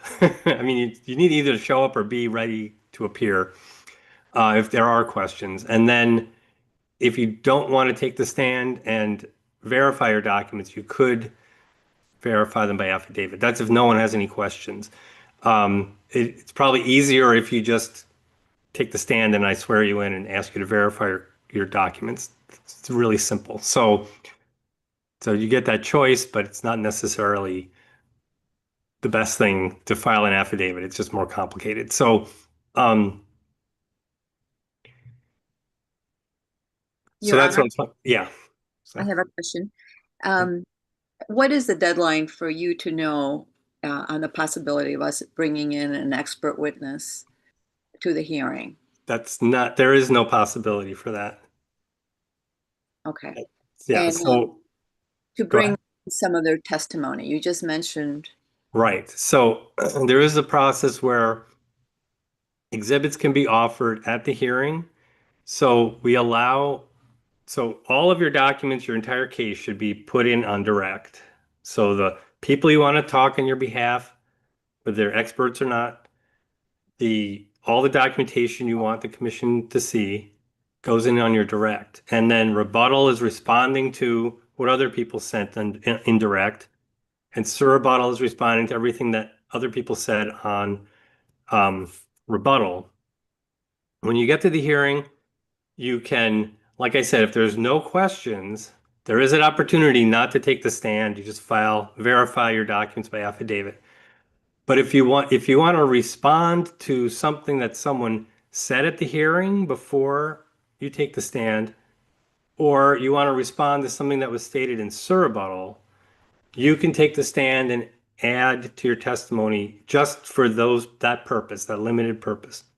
So then, in the exhibits that would be offered at the hearing are for cross-examination is typically how this is done. So if you have a document that you want to use to question an applicant witness that's not in the record, you could bring it. Well, what you need to do, because we're on Zoom, we have a Zoom component of the hearing. You need to email that document to the service list and to me.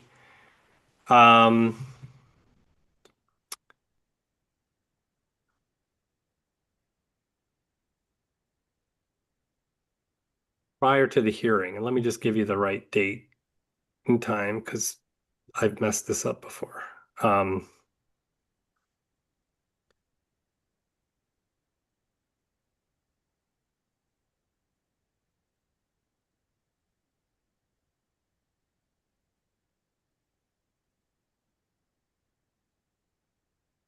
Okay. So we have a special section in the FMO about Zoom hearings, and I've set up a process for any document not on the offered evidence list, the list that I showed you just previously, that a party or commission staff wishes to use at the hearing. The user shall share that document via email to parties, commission staff, and me no later than 1 day before the hearing at 1:30 p.m. So, for example, if on discovery, the witness, the applicant said something, and you want to check at the hearing whether the witness still believes that's true. In terms of cross-examination, you'd say, you'd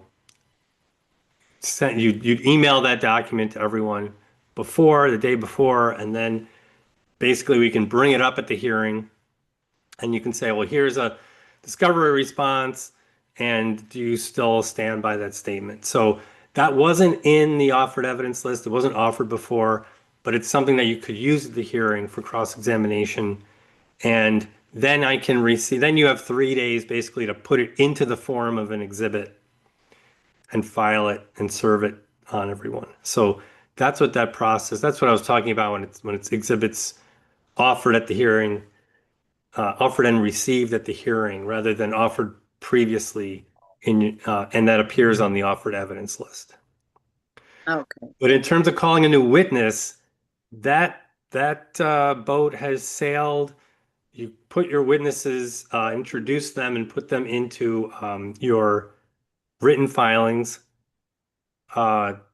So yeah, those are one of those, legal parameters of the case. So that we can't shake. And so yeah, we're past the time of introducing new testimony with new witnesses. Thank you for the clarification. Yeah, okay. Hopefully that clarified things. Okay, so that's where these things that's where these kind of run-of-the-mill changes would be filed on that after the hearing.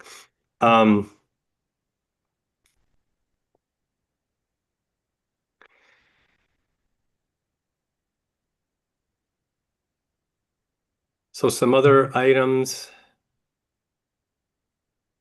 Oh, and like I said, I'll just try to keep you posted about if we need to refile things ahead of time.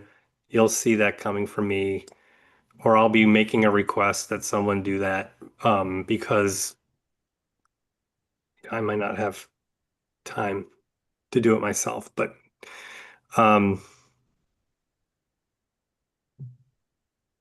okay, so we actually did. Your Honor, yeah, go ahead. So what do we need to do by 6:13? I'm confused if we're waiting until after the hearing Right. to make, what are we doing by So this then? is the errata filing. So this is another item here on our list. So 613 is the timing for offering errata and replacement exhibits. So now that's the deadline. That's the latest you can file these things. But it doesn't mean if you find a mistake in your testimony, you could be at any time that, and hopefully right after you find the mistake, notifying everyone, parties and commission staff, and providing the correction to say, hey, I said Montfort when I meant Red Wing. Please, my testimony is going to reflect that change. Okay, so that's called an errata, and I'll show you what those look like. And in terms of replacement exhibits, that could be, it's a little technical. I mean, a lot of times we get spreadsheets with lots of information, and sometimes, they didn't file the right one, or something got mislabeled or something. So they will file the replacement exhibit. So I don't really see that necessarily here. It doesn't happen all that often, but Well, yeah, go ahead. what I'm curious about is with our with the program that only intermittently merged the cover pages on Punch's exhibits. Am I to refile those as an R? No. Oh, Because I'd wait, be yes. happy to do that fast. Yeah, Right. no, it's that. Okay, so we don't want to conflate two things. So there's the minor corrections that we're calling the revised testimony, the stuff that goes in the offered evidence list. You'll see those things, and I think I may have even indicated in the email that I sent previously that you're not supposed to refile those kinds of things ahead of time. Just wait till after the hearing. I think I pretty much know I said that in those emails. Don't file these corrections now. Wait till after the hearing, because these things they're minor. They don't need to be done now. I don't want you to waste time on that. But if the filing you currently have proffered is incorrect, we want to have a correct version before us at the hearing. So like I mentioned, and I'll show you. So this is the next question. This is the next thing I wanted to cover. So let me just show you what I'm talking about. So in terms of an errata filing, it's going to look like this. This was a PSC witness's testimony, and they realized on the certain page, they referred to the wrong alternative when they were saying, this alternative one has 17 wetlands. So blah blah blah. Do something. So what they were telling me, they're telling everyone, is that when I said alternative one, I meant to say alternative two. And that's important to know, right, before you get to the hearing, because you could have about an hour of cross trying to clarify what you meant by alternative one, and then not know that, in the end, I really meant alternative two. None of that really matters. Everyone agrees, and we can move on. So that's the kind of thing you want to put in as an errata. I said the wrong thing, and I need to correct my testimony for it to be accurate. And you're going to send that in before. You should really be sending that in as soon as you find a mistake, but before the hearing, that's the important thing. So that when people hit the ground at the hearing, we all have the same idea of what people meant to say. So this happens a lot. We get these. It's not a big deal, but to have it in ahead of time is important. So now what you're going to do is when the hearing's all over, you're going to take these corrections and these errata corrections and put it in your replacement testimony. So the replacement testimony should have all the corrections, all the stuff you swore was true at the hearing should be in the testimony that you file at the end that the commissioner is going to read. So that should have the most up-to-date version. It should have all the fixes that I'm asking you to do and all the errata that you proposed before the hearing. and then I received for the record. So, I mean, maybe someone objects. Maybe someone says, making that site one, like, no, that's not right. It really is site one. You're mistaken. It's not site two. So this really shouldn't happen. You shouldn't replace with site two. This gives everyone a chance to see what those changes are being proposed and to understand them. We come to the hearing, we can discuss it if we have to, or, parties can talk offline and explain things. That's what this process is for, just give everyone notice of that. So that's what an errata looks like. And it can be as many as you need. So, this can have as many lines as you need. Just happen to be this one has one. So that happens before the hearing. So any questions about that one? But that was my next topic, so that's good. Your Honor, I have a question. Yeah. Goes back to our discussion about bringing in another expert witness. You mentioned in your comment that it had to be someone that had already been mentioned in our direct. And the reason I was interested in bringing someone in was in response to the applicant bringing in a brand new expert witness on May 20th that had never been in their direct, in their application. So how is it that they can bring in somebody at that time frame, but we can't respond to that? Okay. Well, if it is in response to what's in rebuttal, that can be, I can evaluate that. I think, so it has to be limited to responding to the prior round of testimony. And that is what it is, because Okay. response to something brand new that they presented on May 20th. Okay. And yes, yes, that's possible. Yes. So if you can get that person to file surrebuttal, so they introduce themselves on surrebuttal and can address the rebuttal, that's the time to do that. So that would be now. So, but just having them show up at the hearing, that's going to be tricky. That may be, very difficult to deal with. And what's the deadline for us to be able to get that surrebuttal done? Well, if you look at The 10th. yeah, well, yeah. So let me show you so you know where to find it. So this is our pre-hearing conference memo. The surrebuttal is due on the 10th. Okay. Okay. So, and just so you know, probably since I got you here, so I would be, if there's any changes to the schedule, you'll get an email from me. And I think when it comes to the post-hearing deadlines, the filing deadlines for the transcript and for the offered evidence corrections, that's subject to change based on the date of the last day of the hearing. But you can also look at the schedule at our commission calendar. So, no, that's wrong. Just get you the home page first.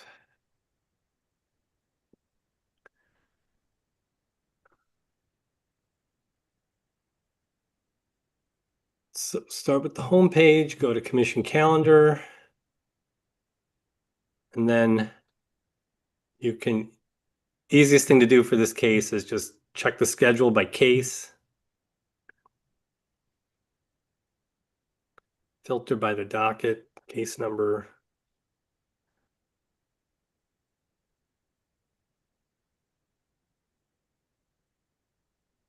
And then you'll see the schedule in this case. So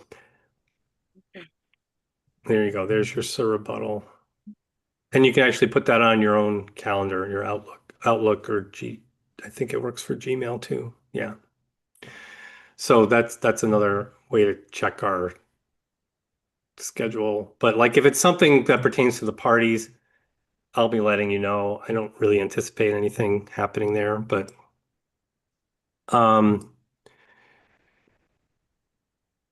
Okay, so there's another requirement. See, you're probably pretty thankful that we're doing this now because it's long and boring, but this is the stuff we're going to expect you to do. So in the FMO, there's also this requirement for hearing preparation, and that's actually, let me just show you. So I'm probably familiar with table of contents. So we have pre-hearing procedures, hearing procedures. So bring you down to that. And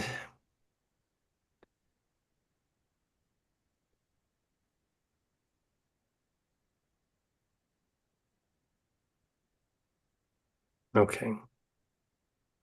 So the next requirement is going to be in this pre-hearing procedure that you should be emailing each other, the service list, and me.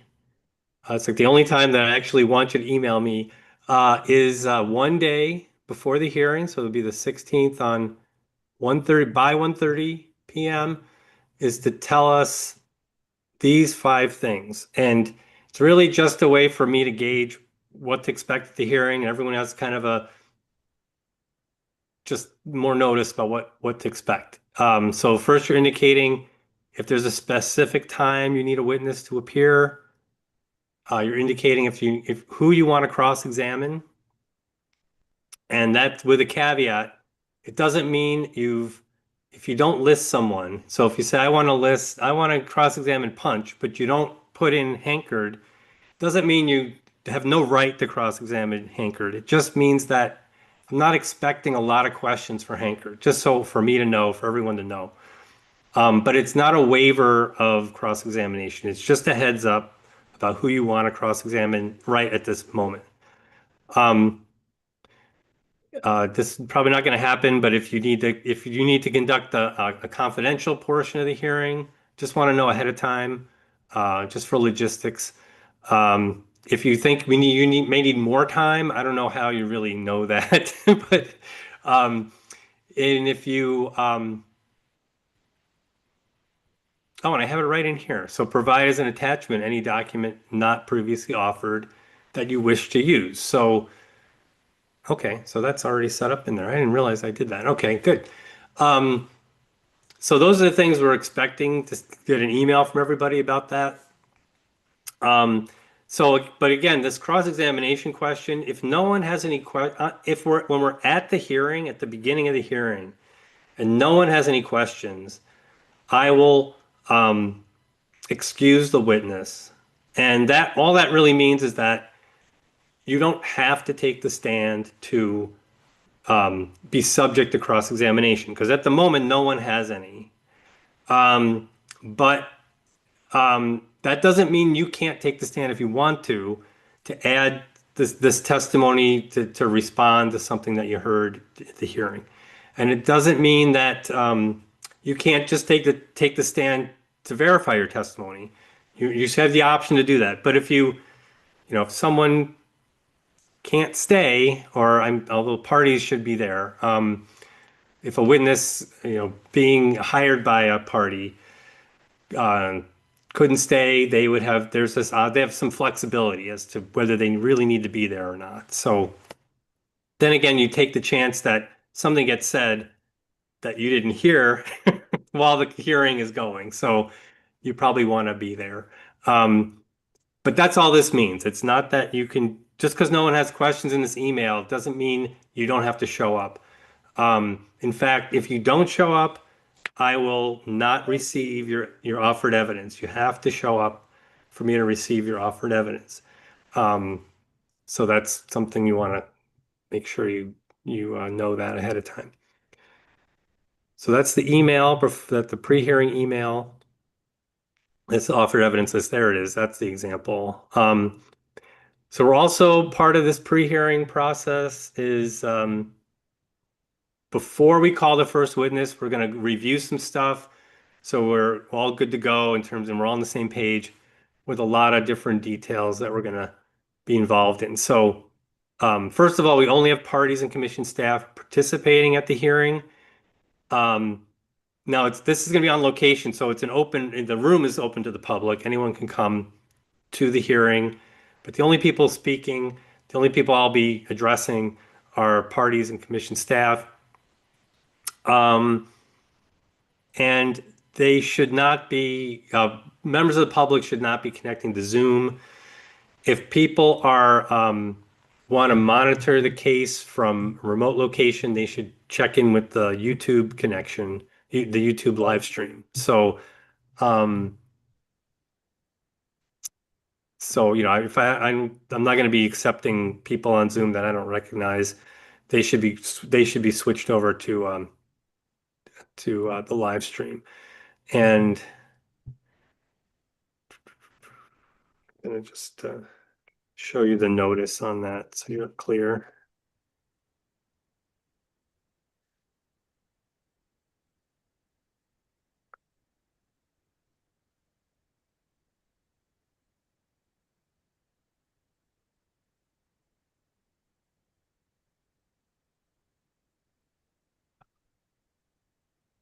So yeah, so in terms of the notice of hearing, it's going to tell you that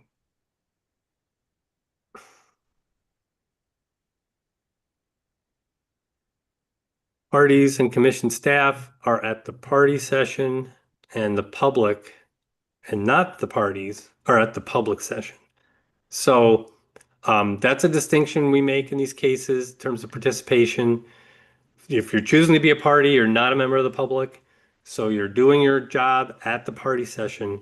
You can be at the public session, but you can't, I won't take your testimony. You won't be making a comment at the public session.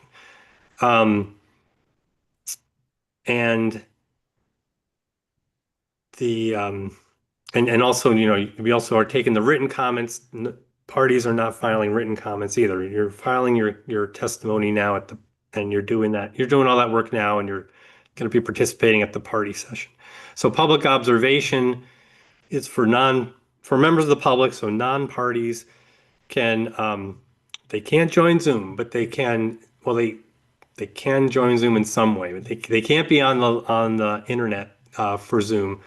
They can watch on YouTube, or if they don't have an internet connection, that'll work for YouTube. They can dial into the Zoom just by calling the number. So I'll let them just listen in.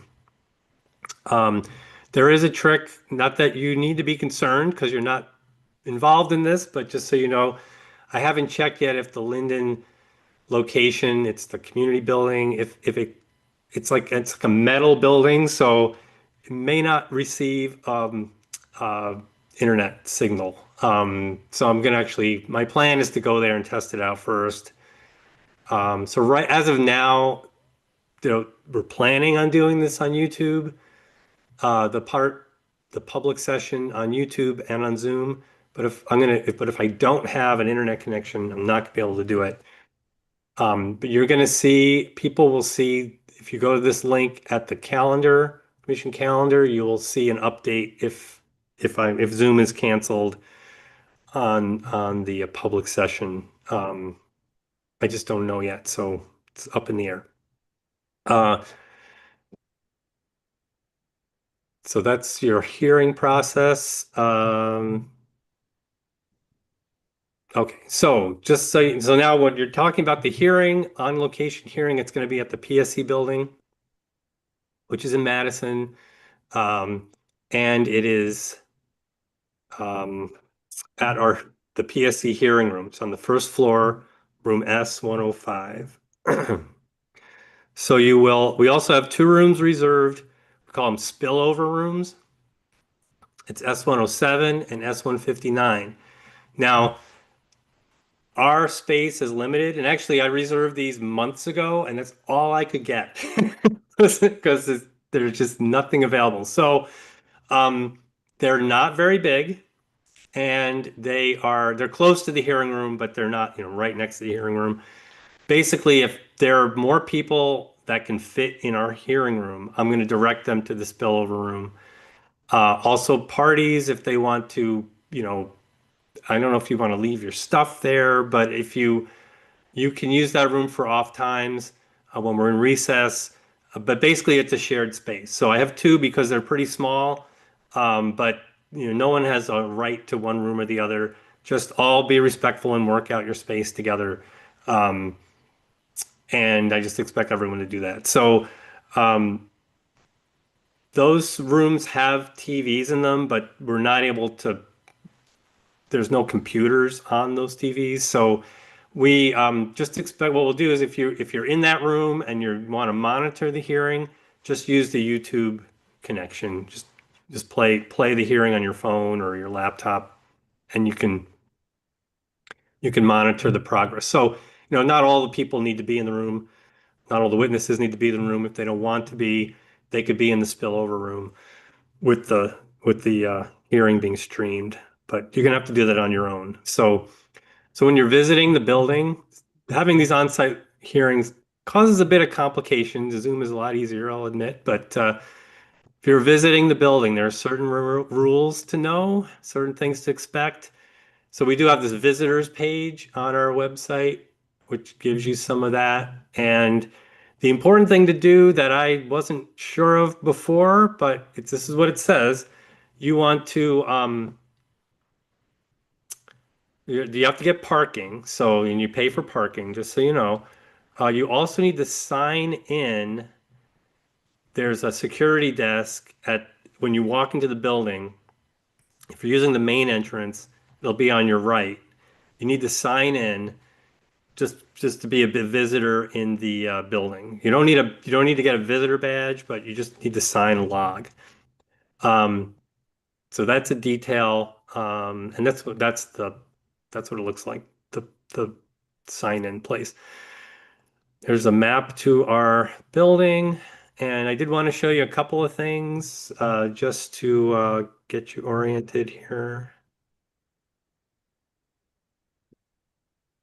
I had this on my screen before, but it's gone.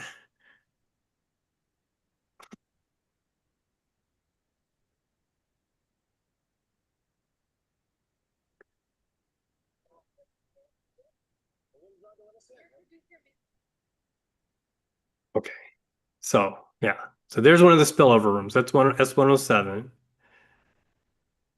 That's S159. That's the main entrance.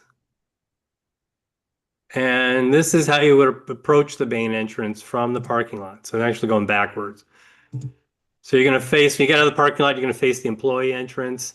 You can go in there, but you just have to walk around on the inside. If we're there after hours, I think it's after 4:30, this door will be locked from the outside. We're going to set it with Capitol Police to keep the main doors unlocked until the hearing's over. So you won't be locked out of the building if you have to leave, but this door will be locked from the outside. It's the parking ramp. Another picture. And this is good. So there's the ramp. There's the entrance. So you have two ways to get into the parking. Just give you a heads up about that. And maybe it helped to do a dry run, but more pictures on the ramp. And then so you want to park at a visitor spot. That's the first floor. You'll see a tag like that. And there's handicapped spots. More visitor parking. That's the front door of the building of the PSC hearing room. See that on the left when you walk in. And I didn't open the room to take a picture. There's the front door again. So before I get to other pictures of various things, I'll just stop there. Oh, here we go. This is a good one. So you'll see this visitor parking sign. And I think there's one more with the rates. So 6 or more hours is $12 a day. So just be aware of that. And there's your pay stations. Get a ticket there. So that's all you need to know about parking, I'm sure. And yeah, doing a dry run can't hurt if you want to, because we'll hopefully be ready to go when we get started on Tuesday. Let's see, where's my document?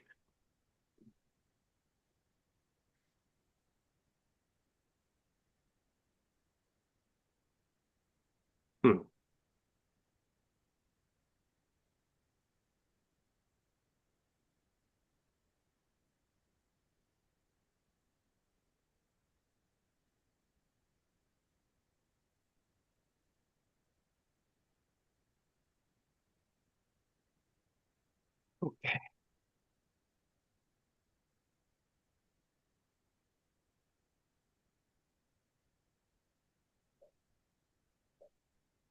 Lost my document. Get that again.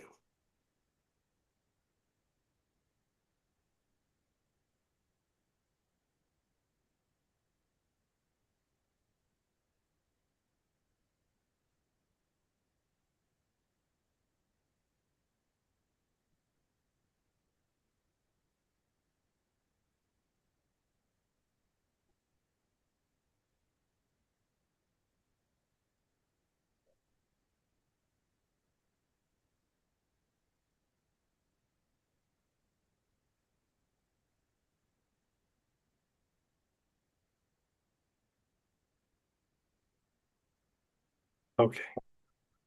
Sorry about that.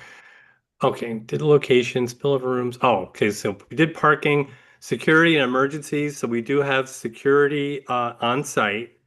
And we're also, I have Capitol Police are available for any emergencies or security needs. Just know if there's a fire, if an alarm goes off, I'm in charge of follow me to the safe location where everyone's expected to go. And basically, it's in case I'm not not there. It's in the parking lot, so in the first floor, ground floor of the parking lot. But I'm supposed to be the person in charge of leading everyone to the safe area. And I don't have a room. I don't have a picture of the room. I don't know why I forgot to do that, but just imagine a courtroom. There are a few in-person hearings on Zoom, on YouTube that were recorded, but I don't know if you're going to get much of a view of the hearing room. But basically, there's 5 tables so there's a courtroom bench, like a normal courtroom, and then facing that is 5 tables in like a U shape. You can squeeze 3 chairs per table. So I think we're going to have enough room for every party to have at least one person at a table at the same time. But we all have to be respectful about that. And if someone's like, not interested in this witness, or is, gonna not concerned about a certain issue that's being presented at the time, you can stand down and give the chair up to someone who is. That would be good. But the tables in the front are for parties only. And then there's several, I don't know, probably like 15 or so rows of chairs. I think there's probably 100 chairs behind after the tables. So anyone can sit there, no problems. I'm not sure if we'll have press in this hearing, but there's an area that I can designate for them.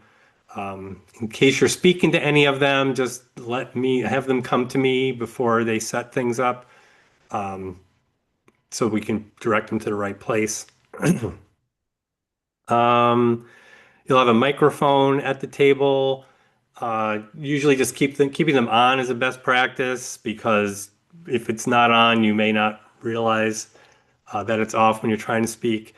But I think we're pretty familiar. Everyone's pretty respectful and calm here. So objecting, just need to say, I have an objection. Even raising your hand, I might not see. So you just want to speak up and object if you have something to say about what's a question that's being asked, and we'll stop the answer and we'll deal with the objection. But it's important. You're all very good at this, right? Already, not to speak over each other, because the court reporter can only take statements of one person at a time. So we'll give everyone a chance to speak, and there's no reason to interrupt. In terms of order of parties and what you expect for witnesses, that's on that offered evidence list. Like I showed you, it's got the order of the parties, the order of the witnesses.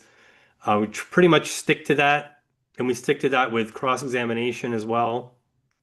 Unless, we know that certain people aren't being questioned, we can skip over them.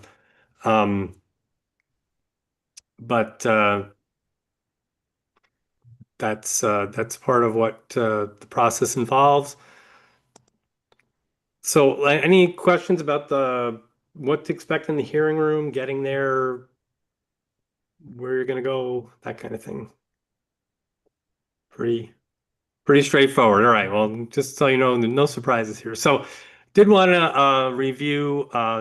We did discuss this about party participation with the public comments process, and like I said, the parties are not involved in the public hearing session. I do ask that the applicant be at the public hearing to answer questions from the public, but it's not an opportunity to debate the case between parties. So we don't expect any participation from the interveners. But in this case, we have a time frame where the environmental assessment we were still collecting comments for the environmental assessment when the notice of hearing came out, and we started collecting comments for the record that the commissioners will read. So just so you know, the EA comments, the environmental assessment comments, get used by staff to evaluate the environmental impacts, but the commissioners don't read those comments. The only comments the commissioners read are the ones that I receive for the record, that are filed after the notice of hearing goes out and the deadline that's put in the notice of hearing. So because there's that overlap, I'm just going to accept all those comments, even if they're just supposed to be for the EA. If it says this is an EA comment, I don't care. It's just it was filed during the notice of hearing period, so they're going to be received for the record. This way, we don't make any distinctions. Don't lead to any confusion about that. We don't take this confusion and against the filer. We decide it for the filer. So the only thing is that parties don't comment on the record. So even if if a party filed an EA comment, I'm not receiving that as a public comment. It'll just stay on IRF, but it won't be read by the commissioners. So that's how that process works. Just because I know the parties did comment on the EA, they're not for the record. Those are for the EA. Your testimony and exhibits that you're filing with me here, that's what's going to go before the commissioners. So in terms of public comments, I'm only accepting comments within that time frame that are authorized by the notice of hearing. So the way we would do that is it's going to be, so the notice provides that you can file on IRF by using the public comment web page. And let me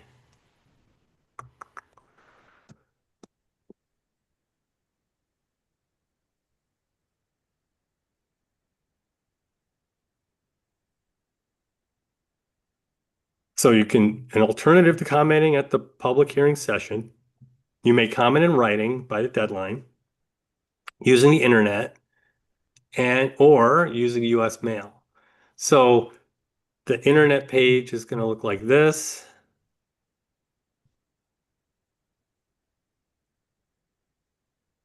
Just put your name and your location, and you type in your comment. Now, when you do that, you'll affirm that they're true and correct, and you check you're not a robot, and when I can accept your comments. Generally speaking, I have enough, this process gives me enough assurance that these are valid comments from a real person, that I accept them as being true comments. But also mailing them, that works as well.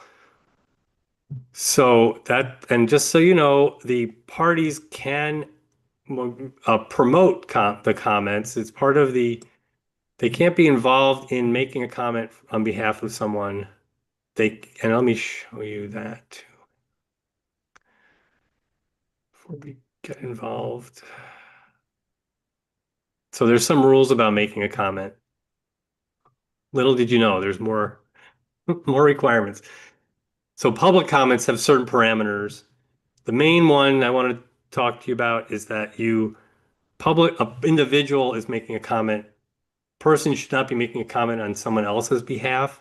And really what the problem with that is, if I don't believe that comment was filed by that person, you've taken that person's opportunity to comment away. Because if I don't accept it, they thought that by giving you the comment and you filing it, that would work. But what you've done is you've taken that person's opportunity to comment away, because I'm telling everyone in the notice of hearing, don't comment on someone else's behalf, file your own comment. Now there's some ways that there's some parameters that I can accept comments filed on behalf of another person if this criteria is met that's stated in the notice. But I would say, if you want to tell people about commenting on the case, that's fine. And then tell them, here's how you do it.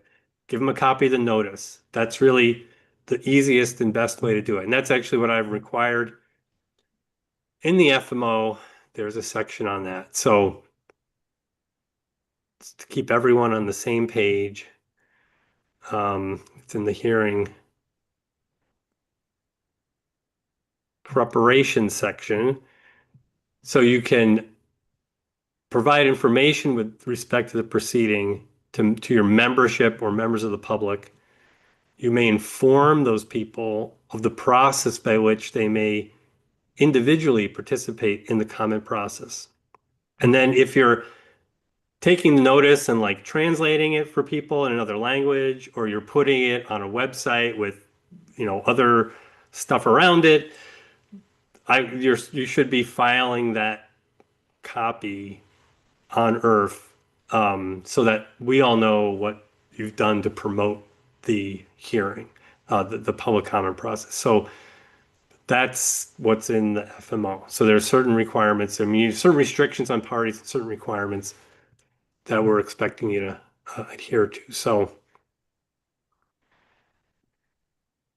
we did get a number of comments coming in that appear to be in favor of the project. So I just wanted to review those. And I think we saw on IRF these they looked like they're forms going out from the applicant, giving people advice on how to comment.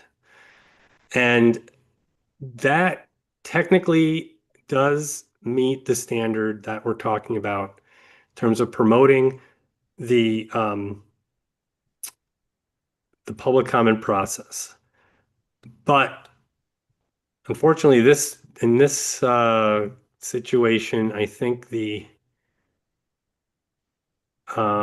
instructions were wrong, because it's telling people they can email the commission your comment. And we do not receive comments for the record by email. They have to be either filed on IRF or submitted by the mail. So, so in terms of the public comments I'm receiving by email during the public comment period, they're not going in the record. So if this was misguiding people, that's on the applicant at this point. Your Honor, I can clarify. We did, this was brought to our attention, and we did send a letter out, or actually it's going out today to the recipients of this notice, clarifying the proper procedure. Okay. So I just want to make everyone aware that this is going on. This is not really a surprise. I think this happens in most cases, but on either side of an issue. And we just don't usually see these filings, these documents filed. But the important thing is that the individual person submitting the comment wrote the comment themselves and filed it themselves. That's the touchstone that we want to ensure that comments are valid, because they're the expression of a real person, real individual person. So,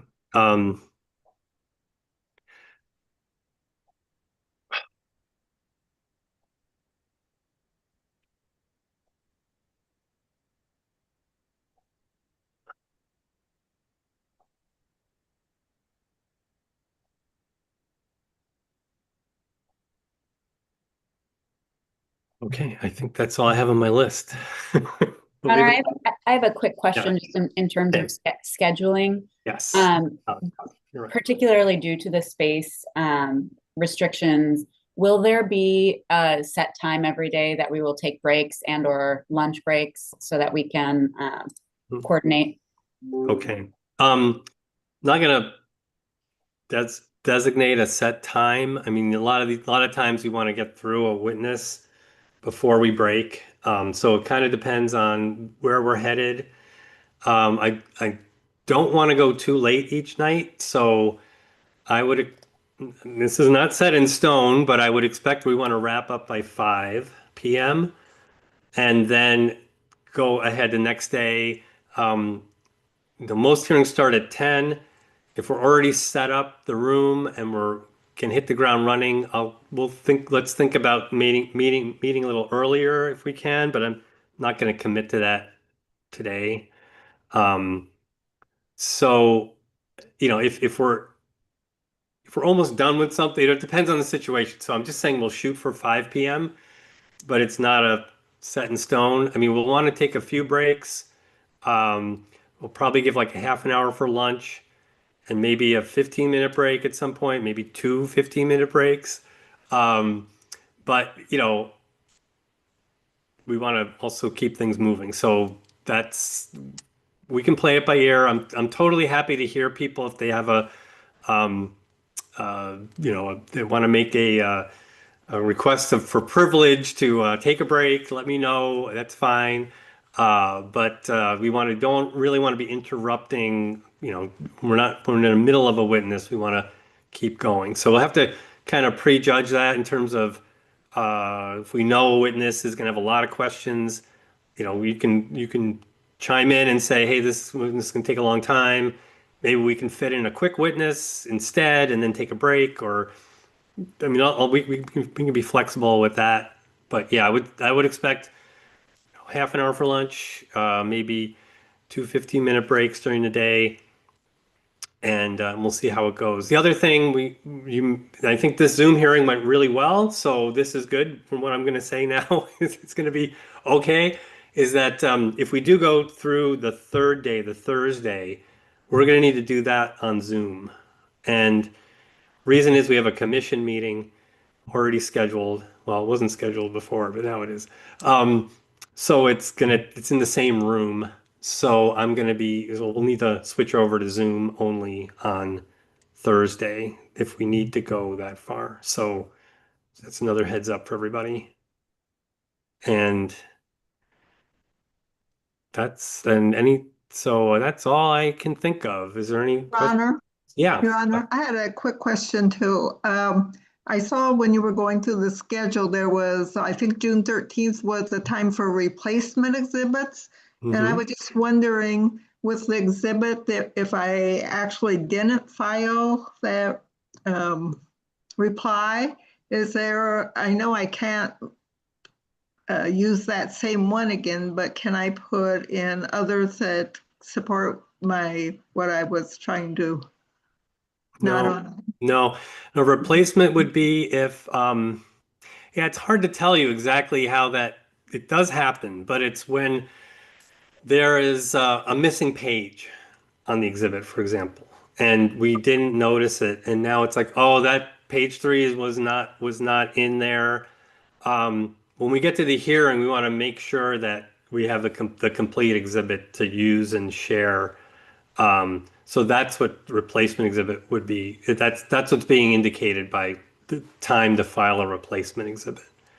Is there any other opportunity between now and then to get a different exhibit in to back up what I want to talk about?